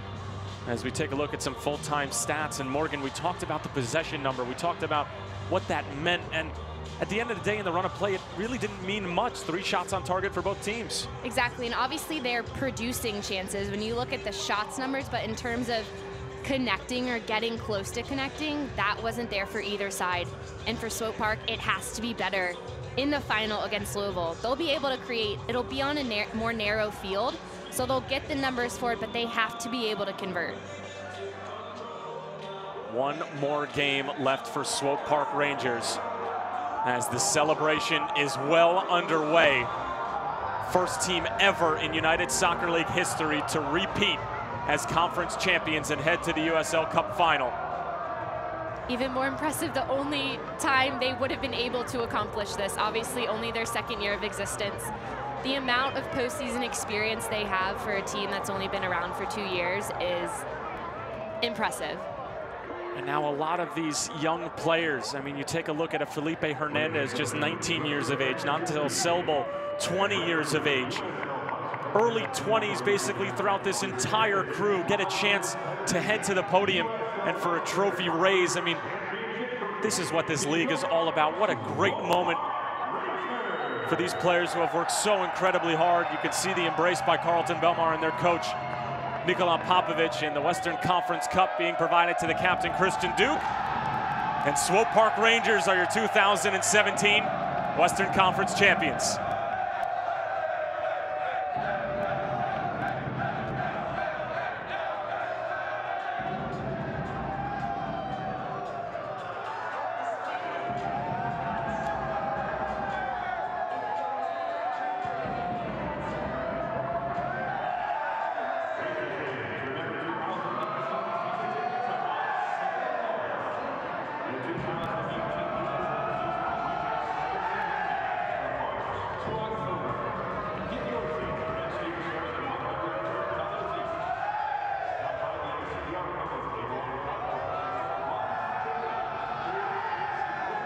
Well, it's been a magnificent run for the Swope Park Rangers, but they have one massive task left in front of them, and that is a team wearing purple awaiting them at Slugger Field. A chance for glory on the line once again for the Swope Park team. Thank you so much for joining us tonight. It's been a wild ride. For Morgan Conklin, I'm Tyler Terrence saying so long for now.